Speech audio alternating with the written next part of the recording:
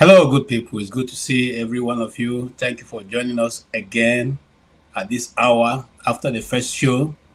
I don't know what's wrong with the color of the camera, but bear with me. As we go on, I will correct the color and let it balance. My name is KJ. I'm sitting in here for today's show, and it's going to be a continuation of what was discussed earlier with Mike Asukwo, a well-renowned cartoonist. He has all kinds of things he does, but particularly more recognized with his work, which is numerous. You don't even need to struggle to see his work. The guy is one of those I would refer to as a legend in the industry. He has been able to cut a niche for himself. He's not afraid to take on the big guns, so he's not cartooning about the agbros in the park. No, not only about those. He's also taking on the big guns like the Akpabios of this world, the Tinubus of this world, the Abachas of whoever Buharis of this world. And he has come a long way in what he does. And I think today, listening to him, you even appreciate his work more.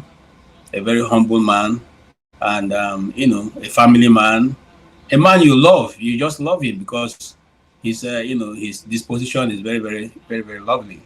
And I hope you joined us and you watched it. If you didn't, you can take a peep back before coming to join us to answer or to give us your opinion of what his take was. However, we're also going to divert a little bit to some of the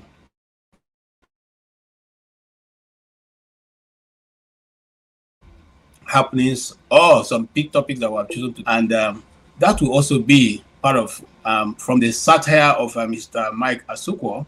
We're looking at the reasons why he has, what he's drawing, his artwork has been, is quite interesting. He has magnified every aspect of Nigerian life, and there's nothing you are looking for in writing that you have not been able to achieve with his cartoons, and that goes to say that a picture speaks 1,000 words, and it shows in this case. The guy is awesome, and also awesome along the way. That I'm sorry the show came a bit late because if I didn't go and mow the snow, I'm sure that I'll not be able to leave this the house when eventually I want to leave. The snow is almost more than 7 feet now. 7 inches, and so it's big, and I hope the weather is good wherever you are today in the US, and I'm also hoping that you have enough coffee or tea or whatever you need to drink to keep yourself warm. Here we are going to be in this weather for the next 6 days, and the snow is still coming down. It's not only coming down now, it's coming down with ice. That makes it even a bit more difficult. But I want to thank the governor of Maryland, Moore. Mr. Moore has been very, very, very, very, very, very effective. Those guys walking around the clock. I don't know how they do it. These guys are just out there. They're making sure the snows are out of the way for those who have to go on essential services and all that, and those who will not sit in their homes and must go out. So the trucks, they are out there, and the warning is that you please make way for those trucks so that they can clear the roads, so that they can make sure that the snow is cleared from the road and make it easier for you and for the children to resume school in a very short possible time. So if you are long, or if you have to get out to work or to essential services, please make sure you're not blocking the mowers, to those who mow the snow out of the road, so that lives can be saved and nobody is put in harm's way. Having said that, thank you so much, and we'll kick off the Davor took place, some days ago. We'll touch a bit on that. We'll also touch a bit on the $9 million, or if you like, 4.5 million, whichever one that you agree with. I have a professor who will speak on that briefly and the reason why we are not doing too well in that area. We also have a House of Representative, member who will tell us how much they actually earn. It will be interesting to know that one of the poorest nations on earth, has the highest amount of money paid to their legislators. What a nation! What a satire! So, and then of course, for those who say the Sharia, law does not affect those who are Christians, I have a very interesting video for you. And for those who also say that there's no, persecution of Ndibo, I have a video for you. And for those who say there is no genocide in the Middle Belt and the South, and in fact around Nigeria, and in the North also, I have a video for you also. Having said that, sit tight and let's dive in very quickly. Before we do that, I need to call on my uncle to give us an opening prayer. 1,911,844,833 naira and 46. I'll take that again. 1,911 1,911,844,000,000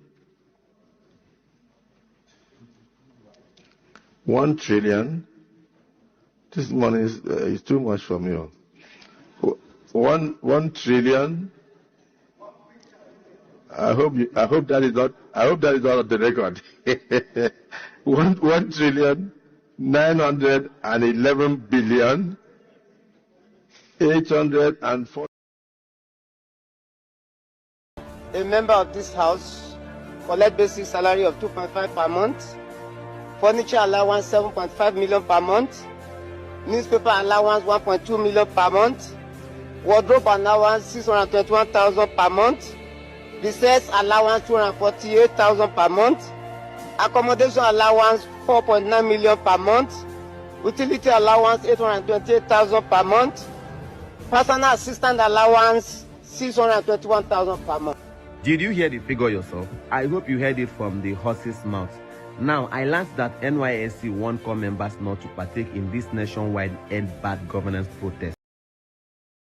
We shall be analyzing the reports on Nigeria's reputation. We have live in the studio Professor Emmanuel Dandaura. He is the Vice President, Nigerian Institute of Public Relations and Chair, Reputation Perception Survey Board. Welcome to AIT Reports. Thank you very much, and you're doing a very good job. Thank you so much. You. How concerned should Nigerians be about the findings of reputation and perception? Because I, as an individual, I'm always concerned about how I am perceived. Then this is a whole country we're talking about, and Nigeria. Well, for us who went to school maybe some decades back, when you have a score of 35.2, it's called a carryover, receipt. That means that it's not automatic carryover, which came later. And if you have a receipt, you are invited to come and retake the course in October before resumption. So I think it's a score that tells us that there's a lot of work to be done. And that means that we have not failed completely, but we are not doing as much as our potentials indicate. And that is a call to every player in Nigeria. Because sometimes we think it's just government that is involved when you talk about reputation and perception. It's not correct. If it has to do with perception of a country or reputation of a country, what everybody does is important. Yes, government has a lot to do because governance is largely driven by government. So we should be concerned. We should also begin to ask ourselves, what are we doing wrongly and what are we to adjust? Take, for instance, we painfully lost the match to Morocco. Now the argument has shifted away from preparing for the finals and hoping that we'll win the cup. We're now arguing the Ghanaian referee was not fair. The Ghanaians are also reminding us that we don't have any stadium besides one that FIFA has approved. Now, that is a reputational problem when you ask yourself, why don't we have Nigerian referees in AFCON? Not even one with our Good population. question. So it tells you that this issue about reputation and perception is robbing us of gains in different areas. So we should be concerned. And I think that it's important that the media should also join us in sensitizing Nigerians, because everybody needs to do the right thing at the right time. So the issue of reputation, does it have to do with, I'm going to bring you to social media here. Yeah. Does it have to do with the things, the kind of stories we tell about Nigeria coming from us, the kind of things we post on social media? Where is this ranking coming from? Where is this perception that has been rated on Nigeria? Where exactly is it coming from? Well, when you say reputation, it's an aggregate of what you have been doing rightly or wrongly over the years. So it's not something that has to do with social media posts in the last 1 year. However, social media posts influence your perception a lot, because you want to also ask yourself, why do some embassies now ask you to put your social media handles when you apply for visa? That's because they can read a lot about you from the kind of conversation that goes on that you participate in and all that. So social media posts can influence our perception greatly, and it is doing a lot of damage to us, because some people might not know Nigeria, and the first engagement with Nigeria might be through such social media posts.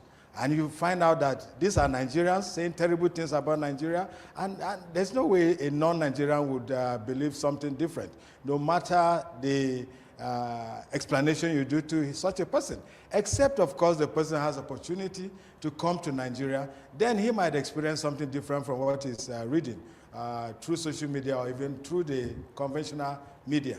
But such a person would not come, because already he's been scared away by the kind of conversation that is going on. This is why I said the issue of reputation, every Nigerian has a role to play. Because you don't know that careless statement you're making, that careless post you're putting on social media might be somebody's first contact with Nigeria. And you might just be doing that out of maybe reaction over something you're not happy about immediately. But that is not fundamentally what you believe about Nigeria. But somebody takes it as the assessment of a Nigerian about his country. And so we must know that as citizens, we need to be mindful about the kind of things we say. Just as a mother would not just speak negative words to the child, you also must know that Nigeria belongs to every one of us. And so in our conversation, in our engagement, in our behavior with people that might not be Nigerians, and even Nigerians, we must leave good impression so that they can have a good feel of Nigerians, and that will translate to better reputation. Okay. Then the media itself has a lot to do. One of the things we see is that media itself is doing self-censorship, either because it doesn't want to offend certain powers, including government, or it also feels that it needs to pander to certain opinion. We read body language of our benefactors. Yes, it is said who pays the piper dictates the tune. And don't forget, the media has a board that regulates some of the contents it can put out. Exactly. So. It does, but I'm not referring this case to social media posts. I'm talking about you being fearless and bringing authorities to account, because it is not for nothing that the Constitution gave you the position of fourth estate of the realm. By the way, that's my constituency as well. So I'm not speaking to a third party. I'm saying that we need to be more fearless. We need to be more ethical in the way we do our work, so that we can indeed get people to do the right things. And we can call out people who are not doing the right things, so that adjustments will be made, and we are sure that deviant behaviors are controlled. Davos at the World Economic Forum. And the Trump administration and myself, we are here to make a very clear point. Globalization has failed the West and the United States of America. It's a failed policy. It is what the WEF has stood for, which is export, far shore, find the cheapest labor in the world, and the world is a better place for it.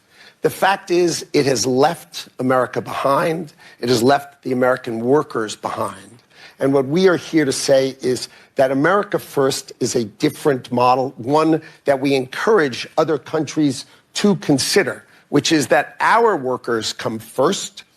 We can have policies that impact our workers. Sovereignty is your borders.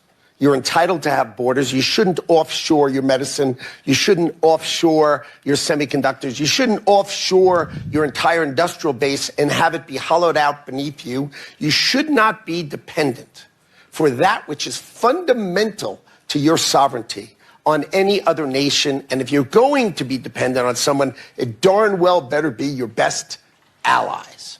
Okay? And so that is a different way of thinking. It is completely different than the WEF. I viewed the WEF as not a flagpole in the middle, but in fact, they are the flag. Whichever way the wind blew, so it blew. You should have solar, you should have wind. Why are you going to do solar and wind? Why would Europe agree to be net zero in 2030 when they don't make a battery? They don't make a battery. So if they go 2030, they are deciding to be subservient to China, who makes the batteries.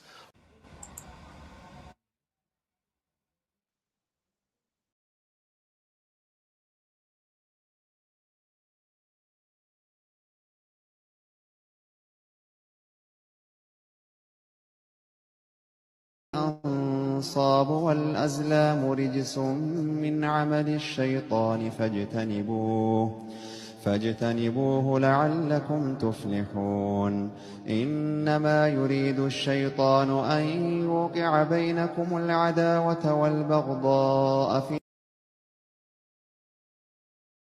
Founder of Building His Own Organization. We're here in the Elwara village in Benue State, Nigeria. I'm here with one of the chiefs of the village here and with the local security force of Elwara village and in this region here. And this area is the place that was attacked recently. They had over 200 people who were massacred, Christians.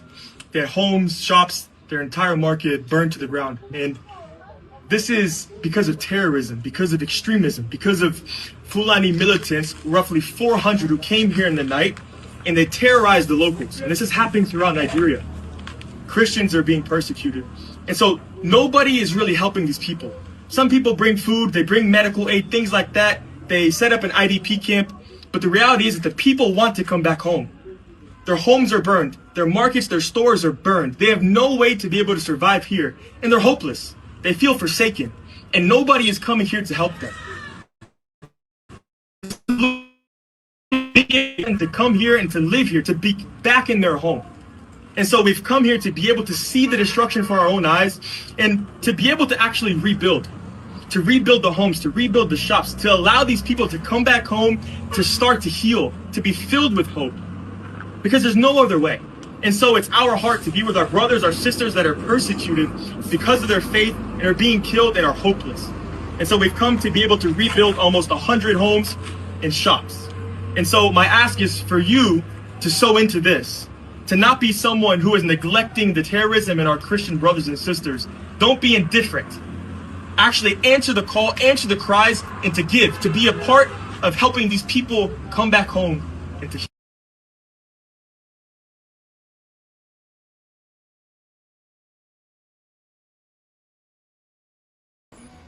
Okay, that's some of the videos that we have had set up for this today's meeting discourse, and I'm sure that you followed very keenly. Anyone you don't understand, you can ask, we can replay it for you, and then we can all go to discuss. But before we open the discussion line, I see Chris is behind. Let us now look at what's going on in the Southwest. There was during the week a woman who cried out, and I want us to also have a discuss at what is going on with her. chief suffered, built a factory and all that, and you watch the video. For here, this is my sieving machine. Where they use sieve Gary. They pull out the motor. They pull out the motor. Pull out the motor. Then let me see show.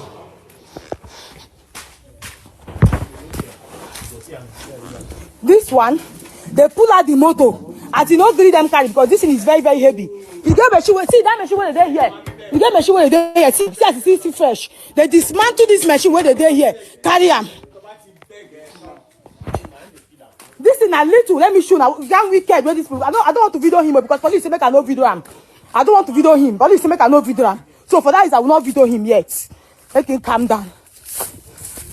Like I say, you see this particular case, I am ready to put in my life for it. Enough of this tribal bullying. If they don't want Igbo, then let them not sell land for Igbo. If I be Igbo, then let them not sell land to Igbo. Period. Enough of this tribal bullying. This is my pumping machine area. These boys them enter my pumping machine area. See as they scatter the pipe of the pumping machine. See the pumping machine. Then dig the pumping machine. Carry the pumping machine where they inside them. They carry the pumping machine where they inside them. Carry the pumping machine. If they don't want Igbo, then let them stop selling land to Igbo. Enough of this tribal bullying. See as they scatter all the pipes where they drum. Then my big gen where they use run my farm. My big gen where they use run my farm where they here. These boys then carry big gen where they use run my farm. Where they use run my farm. This is 6 times they are coming to steal from me. 6 times. Not be 1, not be 2. This thing is 6. I'm ready to put in my life for this particular case. See as they scatter the pipe, as they find the pumping machine. Land will not be you buy for me. I'm not owing to the dime. Enter my poultry house. Enter inside poultry. Guys, I'm making this video to create awareness. I'm no longer keeping quiet. I'm going to talk from now. I'm not going to keep quiet again. They robbed me yesterday. A day that break yesterday, they robbed me. They pack a lot of machines from my farm. Yesterday, no be the first time, no be the second time. And each time they do me this thing, the case, they go rubbish the case because I be Omoibo. They will say Omoibo Lele. People that are supposed to talk will not talk. They will keep quiet because I be Omoibo. I'm always bullied because I be Omoibo. 70% of my workers are from this place. I'm not trying to say any tribe is bad, but I'm trying to condemn what they are doing to me, and I'm not going to keep quiet. I'm going to publicize this particular one. Today we are going for arrest because they catch one of them. Other one run, so they catch one. So that one is still in police custody. You see this one?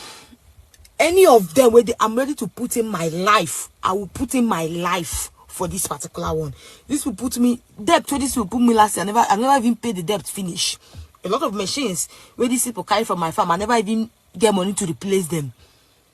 Is it my palm oil processing machine? So we are going for every single thing. I'll go post everything. I'll bring it to the social media. I am tired of being bullied. I'm just a young girl struggling to make money for myself. I'm just a young girl working hard to make life for myself. This will keep doing me this back to back, and each time the case will be rubbish, but not this time. Because I be Omoibo. I am tired of being that Omoibo where we say they suck from me.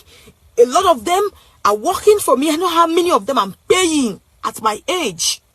At my age, I know how many workers that are under me that I'm paying. I know they owe anybody. Many workers I am paying. Even sometimes, waiting they work no go reach. If you know me very well, those are the person will say, they just like to put smile on people's face. They just like to help, no matter how small. I want to help. That's the kind of person I am. I'm one person that I love to work hard. Anybody that knows me one-on-one will tell you this firsthand, that this girl is a hard-working person. But these people keep coming to my farm back to back. And each time I bring up the case, they will rubbish the case because I'm Omoibo. So that means they are doing me this thing because I be Omoibo.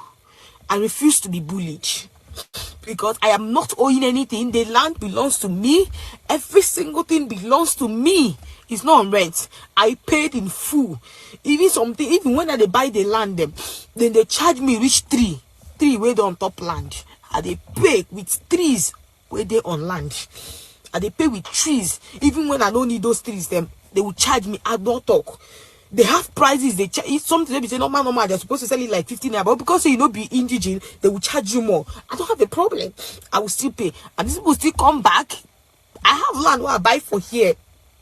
People are still planting on the land despite I've paid every single thing, and nobody say I don't report because I be Omoibo. But when they are collecting Omoibo money, they will collect it. When they're eating Omoibo money, they will eat Omoibo money. How many young girls out there will be hustling the way I hustle for these people to keep coming back to back to steal from me? I am not going to keep quiet on this particular one. I am going to bring everything to social media. I'm going to put in my life. Enough is enough. Because I have so many people from here that are living in my own area. Nobody is stopping them. I am not owing anybody.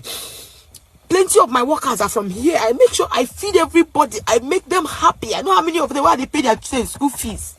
I know how many of them. Because I don't say they are using their intentional acts. They are intentionally doing this back to back. You see this particular one, I am ready to put in my life.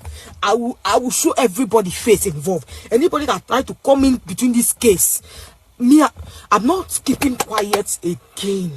I don't care if I don't see anybody, Papa. If I don't see anybody involved in this stealing, if I see your papa, I will arrest your papa.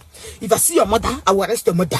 If I see your picking of 1 month where they just born today, I will arrest that picking. I don't care. I'm going to be very heartless right now because this is the only way I can protect myself and protect my business. Because I know still the land. This land belongs to me. Every single thing belongs to me. Every single thing. They are not on rent. I paid full for every single thing. And these people keep coming back to back. So they are going to arrest today. And I am going to video every single thing. I'll be posting them. Each and every one of them. Enough of this bullying. Okay. Ladies and gentlemen. That is our lineup for today. The side bullying has come to a point where you can see, I'm not sure that lady is up to 40 years old. And she struggled her life, did everything possible to put food on her table and the tables of other people. But wickedness of man will not allow that business to strive. And when your business don't strive, I don't know why they want you to get money to take care of them and their own family. And that is the reason why people like Dangote tell you he prefers to bring Indians to come and work for him, because they consider the fact that he has invested and nobody's trying to sabotage his business. Here is a young lady living in a rural area where, opportunities are very few for the indigenes. And yet somebody's creating a job that employs over 20 of your indigenes, your people around there. And you people come back, organize and come back to her farm 6 times now. Remove all her machines, remove everything that is valuable, carry her generating sets, and then go away. And tomorrow you say God is punishing you. I don't know how that works and where that can work in any other part of the world apart from Nigeria. That's one. If you look at that information, and I'm talking to Brother Christian, welcome. If you look at that information, you find out also that there's another guy, some group of people who call themselves Isbella in Kanu, breaking the drinks, the beer bottles of business people. These same people breaking destroying these things, collect VAT on top of alcohol. But in Kanu, they are breaking it, destroying the investment of some other person. Is that in the Nigerian constitution? Because before we say anything now, some people will come here and begin to defend what is not defensible. You are destroying somebody's business because of a law that you enacted for your state that does not have any relevance in Nigeria apart from your state. And you expect that people should not complain. You expect that the people should keep quiet and just take it. You expect that indeed whatever you are doing is okay because you are doing it, and what can the people do? Because if you think that the people can do anything, you will not put up such an act. But because you have already decided that they can't do anything, so whatever you do, they should take it that way. And when they complain, you will say they are troublemakers.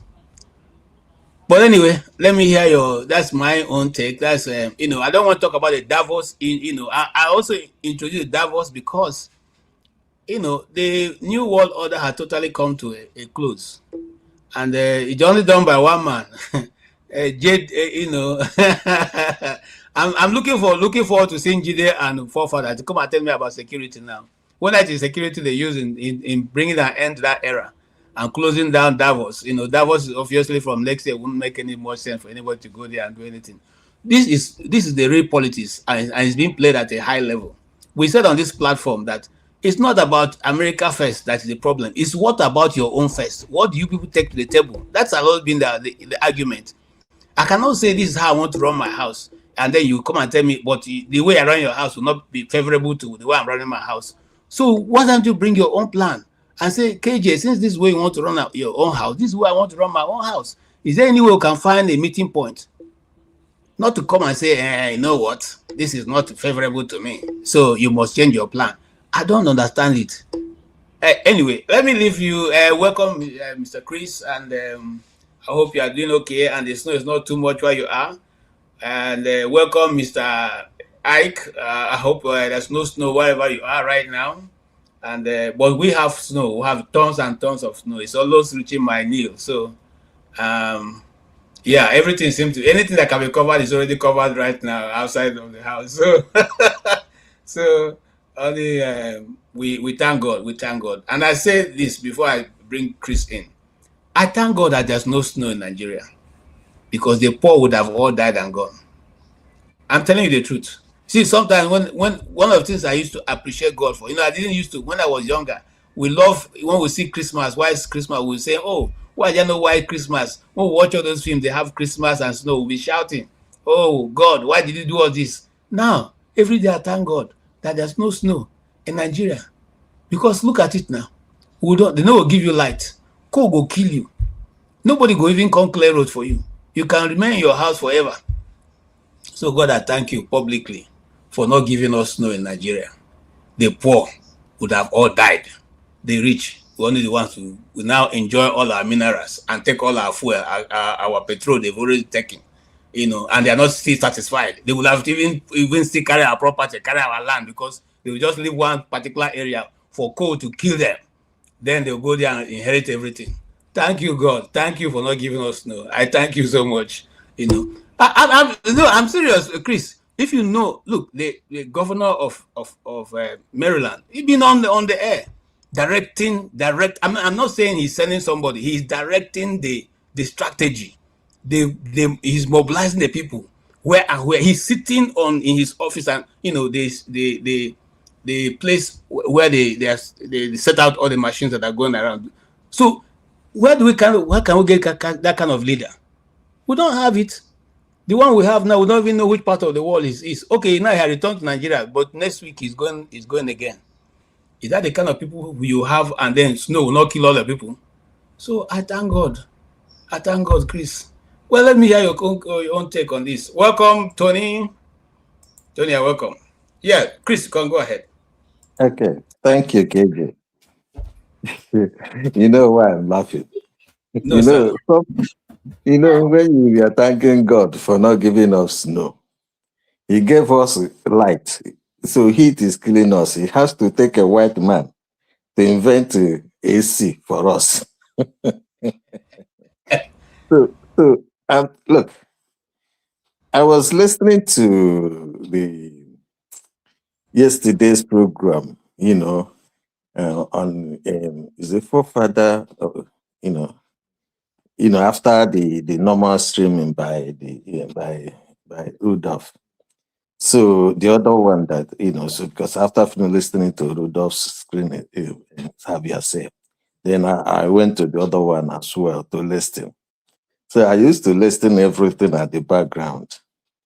So they were talking about one man that came to Nigeria, and then they were talking about the culture, begging culture. So, and they were talking, and then I realized that there's a lot of ignorance about the the role culture play in societal development. And then I realized there's a lot of ignorance about the foundation of the country they called Nigeria. You know, all these things you talk about, and these things, I don't like talking about the woman you put because or marginalization, because these are symptoms. These are actually symptoms. When you want to deal with symptom, the only way to deal with symptom is go to the cause of the disease, that is the disease organism, and you deal with it. So the role of culture, in fact, no society, I keep on emphasizing it, no society develops without her culture. The difference between Africa and Asia is that when the Europeans left, Asians went back to their culture. But Africa continued to, instead of adapting the culture or even, going back to their culture or even use their own templates to adapt to the white man's culture, they refused. They accepted the white man's culture. They don't understand it. And then they're trying to do it, trying to work. It's just like when you take a fish and put it in the pond. When a fish, if you leave fish inside the river, you don't feed it. But if you take it and put it inside the pond, then the survival of that fish depends on the feed you gave it to him. And it all depends on also the man managing that pond, the know-how he has in managing that pond. So we must understand this. That is what life is all about. So I take it back to the foundation of Nigeria. When Nigeria was being formed, Nnamdi Azikiwe, Awolowo, and Sardauna Sokoto, they discussed about the differences, what is called diversity. And this diversity is nothing but cultural diversity. That's what they discussed. It is not the skin color. It is not the whatever else, but it is the culture or the diversity of culture. Now, each one of them, and Nnamdi Azikiwe said, if we want to build a nation called Nigeria, then we must diffuse every culture into one. And that is what is called hybridization. And every nation must have its culture, it must have its ideology, it must have its social values. So when they are talking about Nigeria, when they were talking about the begging culture yesterday, I said, no, there's no Nigeria is not a nation. That is why it has no culture, it has no value, it has no ideology. Okay? So what you now have is Yoruba culture or Yoruba nation, Igbo culture or Igbo nation, Hausa culture or Hausa nation. So when you now come to when did this begging culture comes from? Now you look at the components that make up Nigeria. If you realize anytime any leader comes from one particular area, say like you have the Buhari administration, everybody started wearing the tall hat, started wearing babariga. If you notice today, people are wearing this Yoruba hat. Before then, it was Jonathan's colonial hat. Sorry, KJ, is there a time limit to this, or is this guy going to whittle on for half an hour? How long? Just let me speak and leave. I mean, what's just rattling on without? I don't even understand what he's saying. Just rattling on. Poor man, wait for your turn. Wait for your be disciplined. Be disciplined. Don't disturb his flow. Why are you interjecting? That's bad manners. There's no rhythm. One man. Just there's a moderator. No. There's a moderator for the show. One man. There's a moderator, and I'm moderating. and he has the time. Him so that everybody is not held hostage to whatever nonsense. No, nobody's held hostage. If you don't have time, you can join us another time. You mustn't speak now. Okay, if you don't have time to be patient, to listen to him, and then when it gets your turn, you speak, then you can leave us. We will appreciate that also. We appreciate your being here. But if you don't have time, you can equally leave. Thank you, sir. All right, go ahead and round up if you are at the end of rounding up. So, the reason why I don't usually come up here is because, when you want to educate people, you have to really make sure that they understand the nitty-gritty of everything. Because it is easier to have soundbite. The problem is Ahmed Tinubu, or it is Jonathan, or it's the other person. These are not the problem. No. If anybody is there today as Tinubu, we must still have the same problem. It is what we have as the culture of the society that is the problem. Now, you cannot, either you harmonize the culture together to have a form a nation, or you have this nation living separately. So what I'm trying to say is that when the forefathers were negotiating for the federation, they negotiated it badly. Okay? So it was badly negotiated in such a way that the federal government will have power over the component, okay, such that they can undermine the other the component, one or any component it is said to undermine. So these are the reasons why we have these problems. Okay. So the culture, when they are talking about the culture of Amajiri in Nigeria, it is the culture that is well known in the north. And that is how it is coming down to become Nigeria, to be infused into the Nigerian life. That is what I'm trying to explain. Thank you so much. So, in other words, I just want to recap.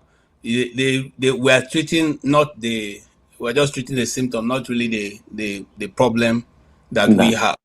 No. Yes. So, and then the lady who in question, whose property was stolen the 6th time now, even though she has employed a lot of people, it seems that they are saying that it is not just the stealing, but there's more fundamental issue, not just tribalism.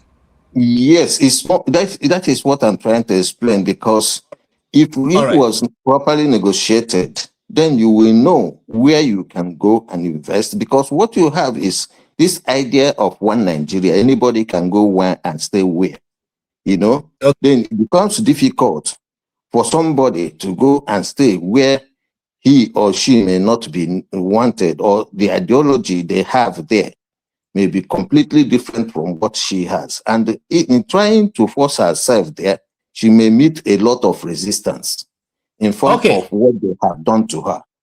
All right. Thank you so much. Thank you so much, Chris. And I appreciate your valuable contribution always. Bro Ike, do you want me to come to you now? Are you ready for us, or you take your turn later? Yeah, I'm here now. Yes. So, what's your initial statement? About? That's why I said if you wanted me to go, and then that can bring you up to speed. So we have introduced a lot of topics, and the first one was Mr. Mike Asukwo, who was there. Why don't you just let me go now? I'm ready. I know what we're talking about. I only want 3 minutes and I'm off. So I mean, no. One man went to move. Please, it's not your turn now. Even if Ike is not going to speak now, it will still be Tony. You are the third person. I don't know. One man went to more. Are you listening to me? If you are listening to me, if you can hear me, I don't think your character is what you are trying to do. It doesn't befit of you now. You seem to have a moral, disposition about things, and then you're the same person who is doing this kind of thing. I don't think if you come to your channel, we'll do this. We'll force you to tell us when to talk. It is you who organize people who talk at the same time they talk. let's not make it look as if somebody is you are directing somebody. Listen, I'm trying to be civil, but all of us get madness also. All right. Tony, go ahead, sir. Oh, sorry, I go ahead. Yeah, I came in when you were showing the video of the young lady who who invested a lot of money. Yeah, and I did not see other programs you show because I wasn't here. I just came in and I saw the. Okay, the other story is the stories of the Davos, one of the right-hand man of Donald Trump went to Davos and said the New World Order has collapsed and it's not going to work. And then we also talked about the image making that Nigeria is trying to set. We brought in Professor Dandara, who spoke extensively on image making and the reason why what we are doing is not working and the reason why everybody's hand should be on deck. Both the government and the governed should equally work together to bring it to make a more advanced, rebuild the image of Nigeria basically. Then we also talked about the salaries being received by legislators. A legislator told us how much they receive every year, every month. And then we showed a video of the breaking of drinks, beer that happened in Kano. And then we rounded up with the story of an American who had come to Nigeria to build. I think he has a plan of building, is it 10 houses or 100 houses for communities that have been displaced. And he also gave us his on the ground information. He is not a media person. He is just somebody trying to help out. So that's what we talked about. I know I didn't want to go ahead to explain. I wanted, if Tony had spoken, he would have been able to catch you up. But since I've done that, that's also a benefit of recolonization. So you can go ahead, sir. Okay, let me talk about the young lady who lost her farms in where is it, in Ekiti State or Ondo State? Where is that? Yeah, well, I don't want to. I just want to somewhere in the southwest. Okay. First of all, it's very sad for such a thing to happen because it would not be better that our young girls are into prostitution. And I think that somebody who is doing something like this should be encouraged, not discouraged. Trying to, from what she was saying, it's not the first time she has been robbed. It's not the second time, about 6 times. And every time she made a report about it, nothing is done. I am totally in support of what she's trying to do now to bring it to the public and make it open in the space. All those reports that she has been making, I just do hope that she has her report, she has her papers and files that when she made those reports. And I think that now that it's become public, those people who have been sitting on top of those matters, those who have decided not to handle those matters, I think by now, a lot of people will come into it. A lot of people will have to answer questions why all the report that she had been making about the vandalization of her farm, nothing is being done until when you get to this point that the lady said that she's going to use everything she has to fight for it. And, it goes to show every time we talk about how we, the Igbos, are more Nigerian than any other tribe. We feel free, go anywhere, live anywhere, do business anywhere, invest and develop. It has always been with us. It didn't start today. And, and when people are trying to put tribal colorations and, to what is going on in Nigeria as if the Igbos are their problem. I don't think Igbo man is your problem, because if you have a land you sell, if an Igbo man buys your land, he did not force you to sell your land. When you sell, you buy, he invests, he build, or he do business. And I think that shouldn't be a problem. We have cases where we have some of our brothers from the West, the North, who are doing business in Nnewi, in Onitsha, in Aba, in Umuahia, in so many places. They don't experience what our people are experiencing in the West, more especially Lagos. And I think that the Igbos are more Nigerian than any other person. The Igbos don't see themselves as Igbos when they go to do business. They do see themselves as Nigerian, because whenever they go to do business, from the experience of, from the confession of the woman, she did not only have business there, but she employed the people from that particular region where she's having her business. And that is to show you a detribalized Nigerian. That is to show you a true Nigerian. But also at the same time, because of what we, the Igbos, are going through in Nigeria, based on everything that happens, if there is every little disagreement, they look for investment of an Igbo man or Igbo woman, try to destroy them. And I think it's becoming a very big lesson for more than 10 years now, that our people should begin to reconsider and consider trying to de-invest their businesses going back to the East. Because I think that if you have 10 businesses, I think it would be better that you move like 6, 4, 7 back to the East. Because there is always an environment where you're going to do that business in the East. So I think that we cannot just continue to lose our properties. We cannot continue to lose our investment. We cannot continue to lose our houses, every now and then. And at the end of the day, when you try to speak up, they tell you, oh, if they're forcing you go back to Igbo land. And they're still talking about one Nigeria. And they still talk about the one Africa. And when you try to complain, why is it always, when there is something, when there is an argument, it is an Igbo man's property that will be destroyed? I lived in the North. It's always the same thing. In those years, every Friday, we have to lock the shop because you don't know what is going to happen after mosque. If we don't have any business with anything happening, but immediately every Friday, we have to lock our shop when they go to mosque. After the mosque, we stay away until about 3, 4. We see if there is nothing that is happening, we have to go back to open our shops, and it doesn't necessarily mean that it is all of them that are supporting what is going on. I have some of my Hausa friends in the market who always give me information. Hey, brother, I tell your people, don't open your shop after mosque today.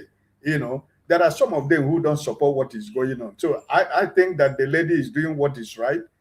But also, I think that the people that are where she has been making this report, they should be held accountable. Why? That all this, why that this thing is happening, nobody's trying to do anything.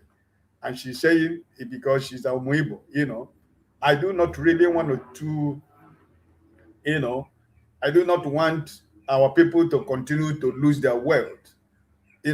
We suffer a lot to make whatever we have got. After the Civil War, we were only given 20 pounds. And out of that 20 pounds, we have successfully built a business empire and the economy. And I don't think that is good for an Igbo man that will continue to lose whatever we have suffered for. And I think it is time that the Igbos begin to think ahead. It's not only to make business and make the gain tomorrow. We should be thinking about long-term investment, long-term future. Big businessmen, they do long-term investment.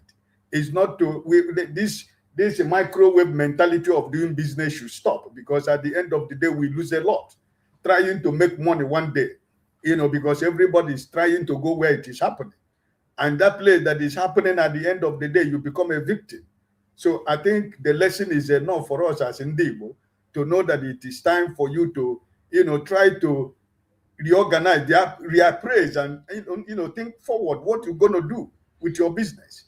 The same people who would destroy your place, the people who are selling, alcohol, for example, in the North, during the fasting period, they are the people who will still go and buy that alcohol, put it in the kettle, and they go as if they are going to the bathroom to go and wash their body. And at the end of the day, they will be in the bathroom and drink the beer. So I was in the North.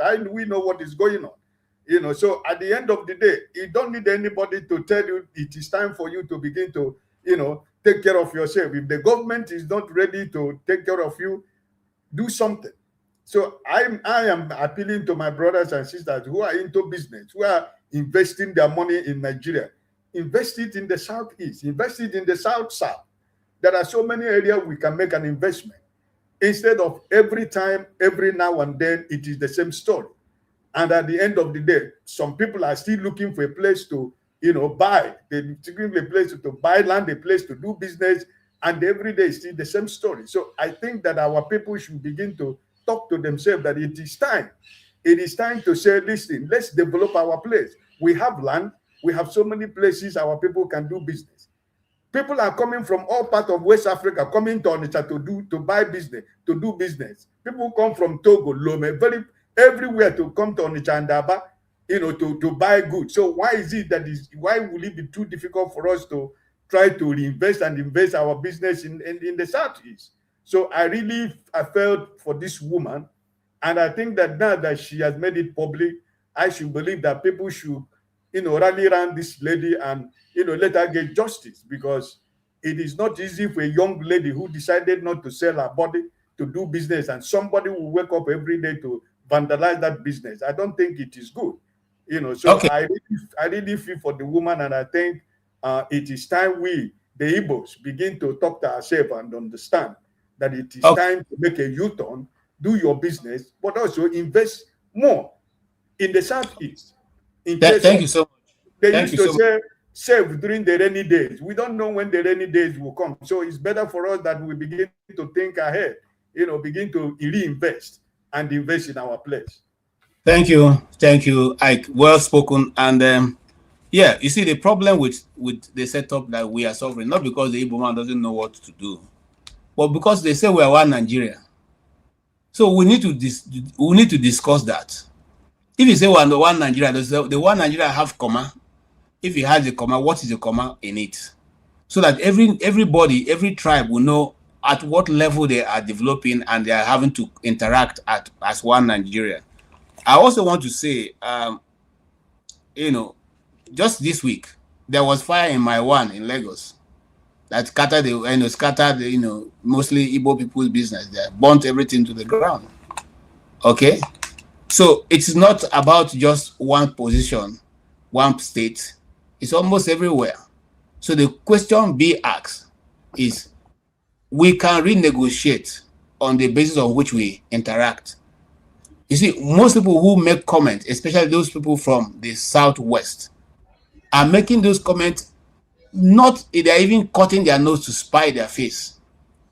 Because when the Igbo businesses move away from those localities, remember, I want to put it on record, majority of the oil companies have headquarters in Lagos. They pay tax in Lagos. Those headquarters, those places will relocate to the places where they are drilling the oil from and build their headquarters there and pay tax to those states. Put that in back of your mind. Niger Delta, Niger Delta is the way it is because headquarters of those oil companies are not there. If they were there, I think Niger Delta would be different. And I pity those who come here to fight people from the East, because if you were fighting for that cause alone, Niger Delta will not be the way it is.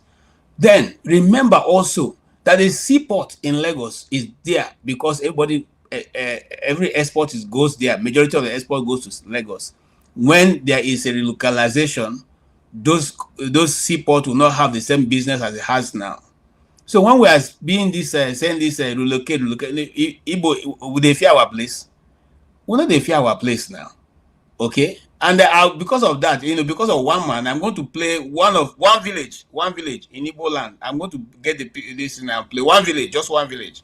So you see how the place. For those of you who don't have a mental picture of what Igbo land looks like, so you can have a mental picture of when we say our place don't need anything, you should know that. Having said that, I didn't remove one man, he removed himself. So let me not be accused. For those who are saying I didn't remove him, he removed himself. And it's okay if he chose to come. It is his prerogative to either come or not to come. But we'll follow the trend. There's no, even if Tinubu was on this thing, he will wait for his turn. Thank you, Tony. Over to you.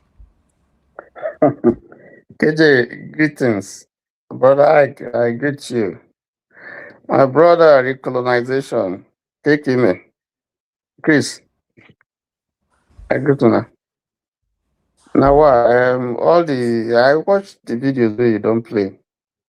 It's in get us a be. All of them nothing to make anybody happy. But I don't want to pander to ethnicity here. I think I want to look at the general picture that is portrayed by the videos that you have shown. It's just a microcosm of the issues and the problems that Nigeria is going through. If you look at the thing about the lady that you posted, I think I tried to situate it in proper context. A young lady who chooses to work hard and she's employing people, and people just come for whatever reason to vandalize what she's doing. And she's been bearing it. She's owing. And I see a comment by one man, and I'll read what he posted, which is unfortunate because I saw his picture, and this is an old man, not a young boy. And this is what he posted. You can go set up in Igbo land. You can go set up in Igbo land now, Abina, by force. I think that kind of statement, that kind of reaction is unfortunate to come from a man as old as himself. He can't be less than 50, if not above. Even if he's a small boy, he's in the UK. They don't tell him that to go and set up. Now this thing, recolonization, they see.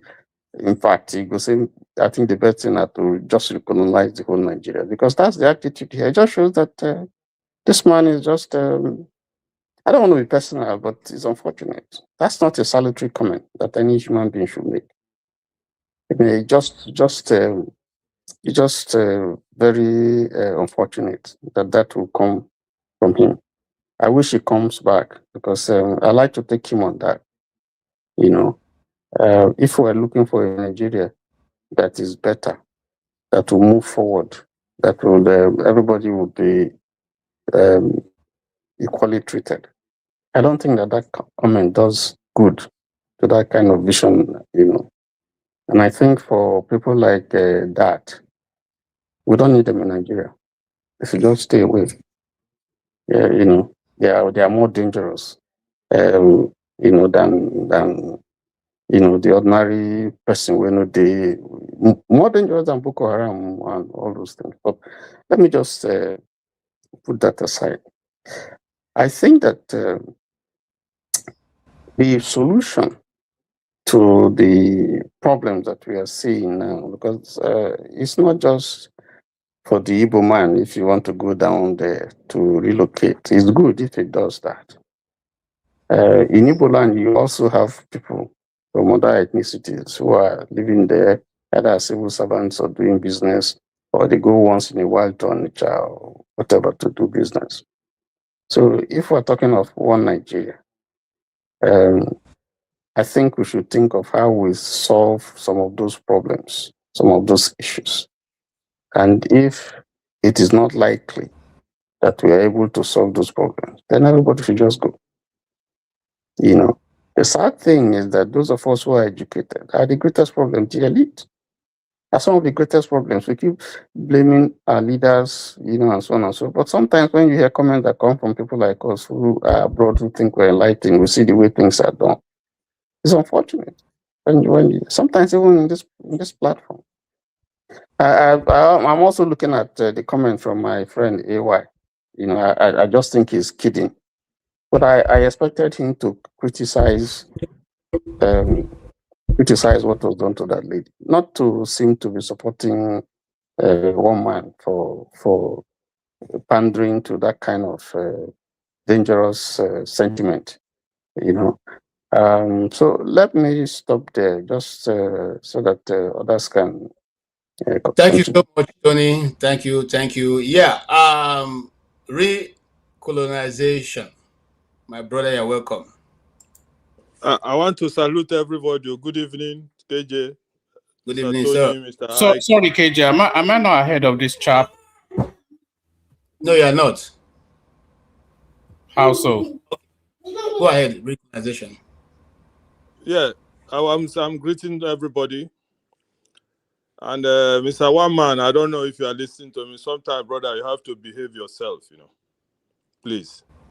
You respect the program, respect the organization. This is not your Make your backyard. contribution so I can make mine and No, leave. somebody have to talk to you. I am not the topic. If you want to address me, then I have the right to reply. So you when it's make your turn. contribution. Sometimes No. to talk You're to not you. going to speak about me whilst I'm here in isolation. Okay, Make your we are not in contribution. I'll make your mine. bedroom I'm where not you the think you can topic. just say whatever you like. There's a list. Okay. Yeah, let me go to my point. But sometimes, Mr. KJ, we have to tell them too. No, go ahead. Just let that be. Go to your point. Yeah, okay. Thank you, sir. You see, Thank you, sir. when we talk about Nigeria, Mr. KJ, I've always gone straight to the point. Because if you come from the streets like us, who has gone through humiliation, who has gone through being laughed at by some people today, even say when they see you, say some of them want lick your shoe just because the table turned. Nobody say we do anything extra. They just saw that the table turned. Some go even take their mouth, confess, apologize to you because they never knew that something will happen in life. You understand what I'm saying? And when we see them too, we don't treat them bad though. Say we don't even forget the thing they do ourselves. You understand? But their guiltiness. You understand me? So what I'm trying to say, look at that sister now. If the sister sell him body now people go yaba. But she managed and control herself. She set up a business. There's some kind of people, because say the person no come from their side or they speak their language, decide to just frustrate her life, which is what is happening in most Nigerian society. This person be our person. Talele. All those type of languages where you go they hear sometimes you go just tire for them. Say, what's wrong with you people? We are Nigerians, for crying out loud. If they divide the country, then you can say what you like. But as far as we are still one Nigeria, which many people have proven that one Nigeria should not exist anymore, we still beg them, say, make una hold on. Things can change. But if things are not changing, it's better to divide the country. Because we not go just there here, people go there for naught, they go they kill them because of religious differences and all those kinds. You go carry business to some other places too. People go still they tell you, say you are not from that part of the country. They go they molest you anyhow. So if we know we cannot be one, let everybody go their way. If not, that one go bring peace to Nigeria. You understand what my point? But me, I still believe that the problem in Nigeria is that we have to rise up and remove these people at the helm of affairs in Nigeria, destroying Nigeria, so that the right leaders will come in through revolution. And if we know, say we're not ready to die, there's no harm in going to ask people to come back and help us. Now, my own be that to KJ. Thank you, sir. Thank you so much. And please, before I go, that one man, No,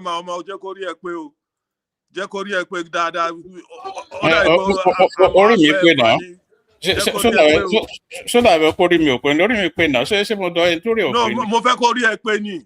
Ní sùúrù, one man ní sùúrù Okay, that's our vernacular break for today. Let's move on. All right. Yeah, Mr. One Man, it's your turn now.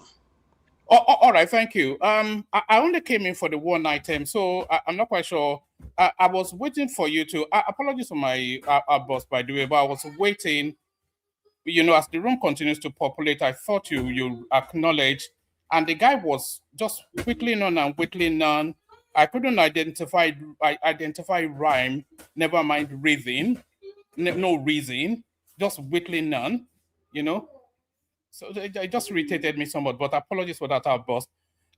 So you live in the United States. So the American Indians back in those days, when danger was coming, they would send white puffs into the clouds. Do you know what they call that? They call it smoke signals. Do you understand? So as far away as whoever they're sending that signal to, they understand what the message is, what the danger is. So what you're hearing from that lady is smoke signal. So what message is that smoke signal sending? It's sending the message of fed upness. Are you hearing fed upness? Enough. Do you understand? So there's a chap, one of your people, Chinua Achebe, wrote this book, A Man of the People. I can't quite remember the broadness of the story, but essentially it was around a shopkeeper. And then that shopkeeper was exploiting, and then there was a time, I'm paraphrasing, so that shopkeeper was exploiting, and then, I apologize, by the way, I've got my little boy with me. So that shopkeeper was exploiting, and then it got to a stage when the whole village gathered around the shop, and then they wanted to deal with him. And then somebody said, what did he do? They said he had taken enough for the owners to see. So that's the phrase I wanted to land on. He has taken enough for the owners to see. So this relentless ethnic jingoism, bouncing up and down, making noise everywhere, constituting nuisance to time and space. Enough. That's what you're hearing. So you say you go to Yoruba land to go and set up farm. Is that okay? You say the ports are in Lagos, so you don't need port or anything to have a farm now. So why are you setting up a farm in Yoruba land when you have an abundance of fertile land where you come from? You said they made you pay 3 times over the value of that land and still you bought it. You said you've been robbed 6 times and still you stay there. So why? Why? So what you're hearing is the language of fed upness, this relentless assault from people of your coloration, let me put it that way. It's tedious, and it's boring, and people are getting what you're hearing from that. And by the way, post the 2027 elections, it's going to get a lot more aggressive, because people have had enough, just gnashing at the teeth, wailing and crying everywhere, constituting a nuisance to every possible quarter, yabada, yabada, yabada, everywhere, just enough. And that is the experience that that lady is having. So why is she in Yoruba land? That is to tell you that her land cannot feed her. That's what that tells you. You are paying 3 times over for a piece of land. You are being robbed relentlessly. They don't like you and continue to relent there. So your land cannot feed you.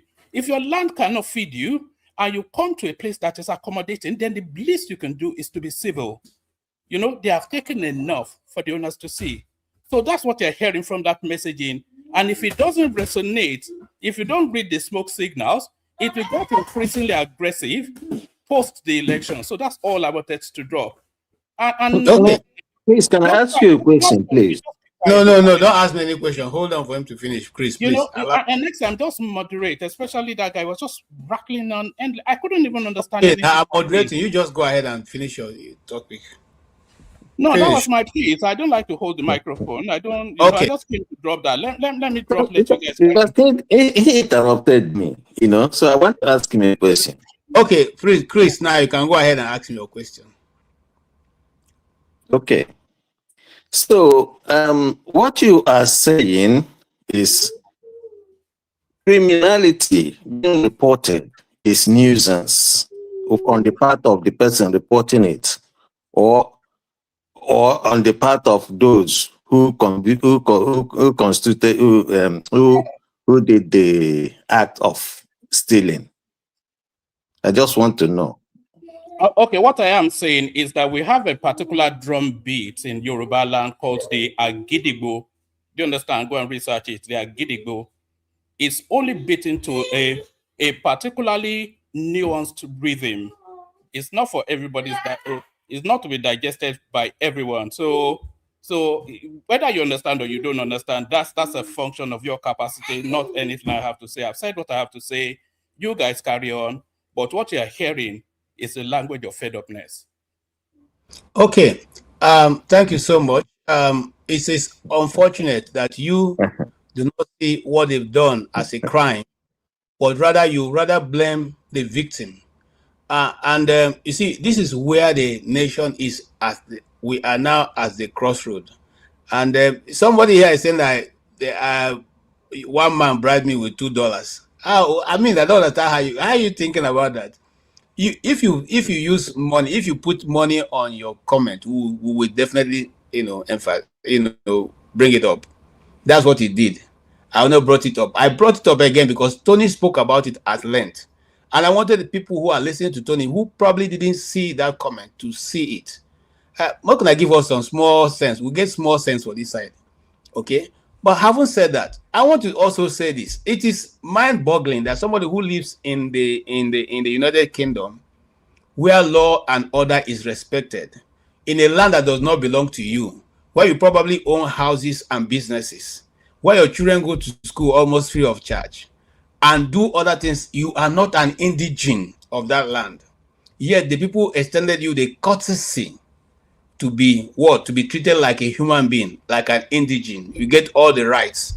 You sit on this panel and tell me and you that are Nigerians, as you so call yourselves, and that you say that a lady who has bought land in another part of Nigeria, not in Benin Republic, in another part of Nigeria, has no right to protest that her farm is being destroyed and that her property is being stolen.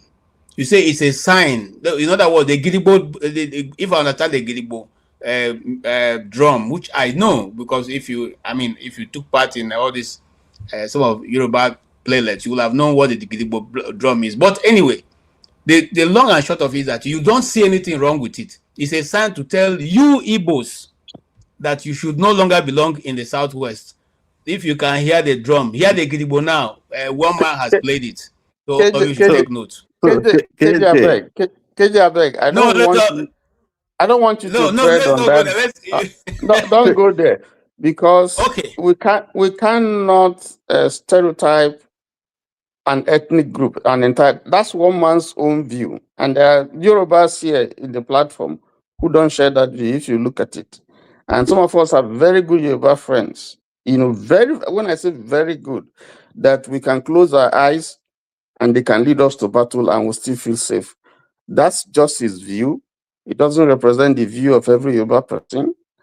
So I just want to say that he's entitled to his views, and his view stays with him. Anyway, so can I say something? Because I just wanted to, I always. KJ, are you hearing me? Nobody's hearing you. KJ, unmute yourself.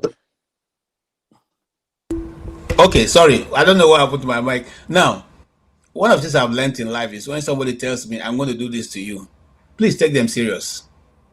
One man is one of the people who speaking on behalf of the Southwest and vis-a-vis the government in place. If you listen to him, you know that what he's saying has roots.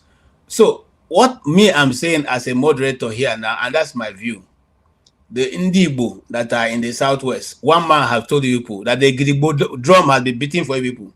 Take it that way. Let me go to Chris. You have 1 minute. I want to go to Janaba. Oh, okay. Yeah. One of the things I keep saying it, and I will not just, those of us who are students of history always go back to history. This issue was well discussed by Awolowo, by Azikiwe, by Sultan of Sokoto, Sadwana. Okay. Now, when you bring different people together, you are likely to see this, what we call struggle for competition. That's the way I put it. Okay, you are likely to see competition. Now, when you are competed, you always bring the worst part of you in order to get, get ahead of the other. So it is not unexpected what he's saying or what happened. But you see, that is what I'm trying to say. In a country when they were trying to negotiate for this, after this thing, because Nigeria is an amalgam. I keep on saying it. Nigeria is an amalgam, and amalgam is a substance that is not chemically bound together, so they can easily be separated. Now, we understand that the only way we can do continue to coexist, we can, as a country, is if we go back to what, to what the likelihood of, say, like Ojukwu and the Gowan, the kind of Aburi Accord they had, the kind of agreement they had in Aburi Accord. These are the only way Nigeria can coexist. But to exist as a federation in a way like this, it's it's not going to be of any good to anybody. So what I'm trying to say is that for those of us who say we are detribalized, no. Ethnicity, we must understand it. The importance of ethnicity. Ethnicity is the same thing as a nation. Go ahead, sorry. Okay. So ethnicity has the same definition as a nation.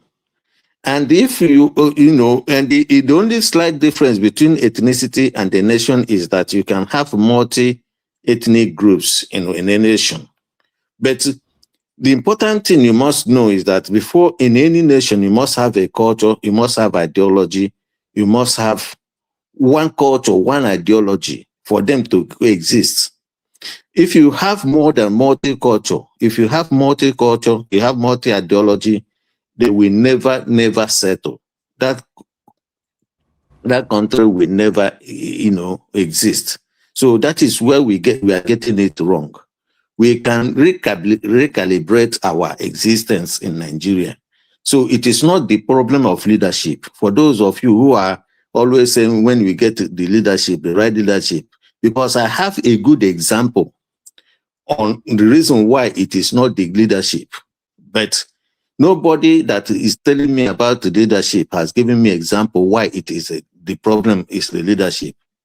If you want to have if you want to have an example of why it is not the leadership that is the problem of Nigeria, I can give you one, and that is the First Republic. Go back and see the First Republic. They have good leaders. That First Republic fell on their watch.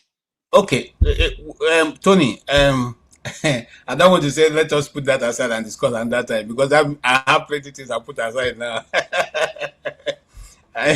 In our secondary school, we used to have one guy. When he sees a girl at the lights and he wants to talk to her, he will say, simulator.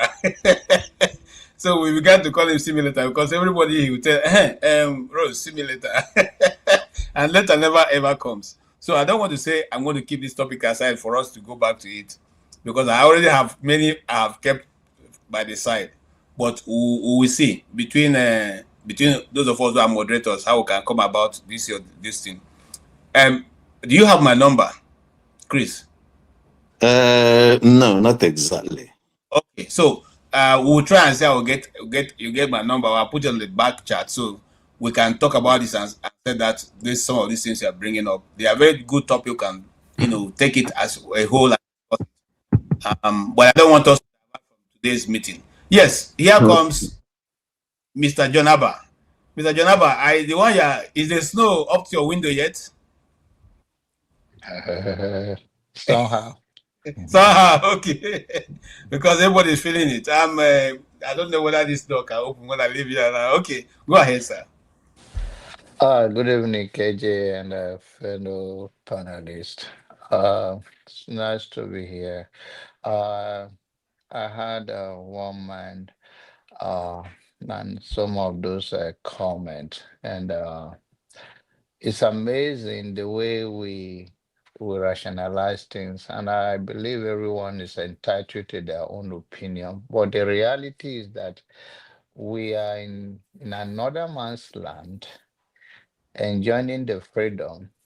Recently, in UK, the Prime Minister was and traced his origin to India, and also Barack Obama can be traced to Africa, become first black president in American history. And he also have his own culture that in his DNA from Africa, but there was an institutions that allow him to function not just as a citizen, but to preside over America as a president. So, and if we talk about Nigerian and talk about this tribal issue that we are facing, it's like a cancer in the spine that we are that are beneficiary in another man's land of culture. They have their own culture, and you are allowed to function wherever you are, as far as you pay your taxes, abide by the rule. We are seeing the breaking down of rule and order in America these days, but yet the citizen push back and non-citizens alike to say this is inhuman. You can't treat human beings like that. They have invested their whole life in this country over the years, and now you are trying to remove them by this order. It's not proper. It's not the right way of doing things. We are saying that. And then when it comes to our space as in Nigeria, Nigeria as a country, regardless of the tribe and how many tribes that exist in the space of Nigeria, it's not up to a place in landmark like Texas, California, Alaska, one of the whole country in the terms of landmark. In Texas, we even have a time difference with other part like El Paso and part of Texas have a different time zone in within Texas, and they still in America and different culture. Even in your neighborhood where we live, we people practice different religion, different culture, but they stay in peace and harmony. So when they become a narrow-minded things that oh, the function is a Igbo land in the east doing well, no criminality, nothing there. The people preserve themselves. Or in the north, there's nothing wrong with the north, and then they say okay, the northerners should go there. We can manage ourselves. Well, when you come to the west, the Yorubas part of the west, so everyone there is perfectly okay. The problem is Nigeria as a country, but we, the Yorubas, we are doing well. There's no such thing. It's because people don't understand how to work. It's like yesterday they're saying, oh, Nigerians are beggars, become an issue. The whole country, you are separating Nigerians from Nigeria. This is a country that have everything under their ground in their Yes. favor. Trillions that worth trillions of dollars are still going to be borrowing from country lining up. And so many African countries do the same thing. We just don't know how to live on this earth. Has nothing to do with a race or no race or because we are tribal. You are blaming individual begging in the country. But the whole country is a Bamala country. The whole country. The president that go to another country to go and ask for money while everything is there. You don't blame the president. You are blaming a citizen that is helpless under a big umbrella. Now, this is the kind of the rhetoric that I hear here. So when are we going to get our act together? So this is and I think it's about time that we set our record straight, because we in diasporas, you where you are, you function the way you function. You can work. You can work in that local government or the county where you are. You can even work in the county's office as a clerk, as anything. Nobody will challenge you if you are qualified and they want to employ you because there is a system in place to address you. So when we talk about building the system, we are not talking about tribe. I'm disappointed with all those rhetoric of is Igbo, is Yoruba, and all of those things. And oh, we don't share the same value, we don't have the same culture, we cannot work together. Who told you where you live you have the same culture? Who told you? Who told you? That's not true. The practical is that you are being, it's either you are delusional and you are trying to, you stick with something in your brain that nothing can take it from you, that you are seeing it with your naked eye and you are living in denial. Because that is not true. If Nigeria is not working for all, it's not working for all. It's not, it has nothing to do with a certain tribes. And when they say where do you go? That the country you go, that which we call ourselves a secular nation. So who we have these barbaric people that they can they are religious fanatics that come after you, brainwash a low level that does such thing. It's not exempted in the East. And we have them in the North where they can and Nigeria can be cited to do things. Of course, they have reduced significantly that they don't do those things as much again. But we have all those problems in the South here. Under the umbrella of Christianity, pastor is this thing. There's a female pastor, I forgot her name.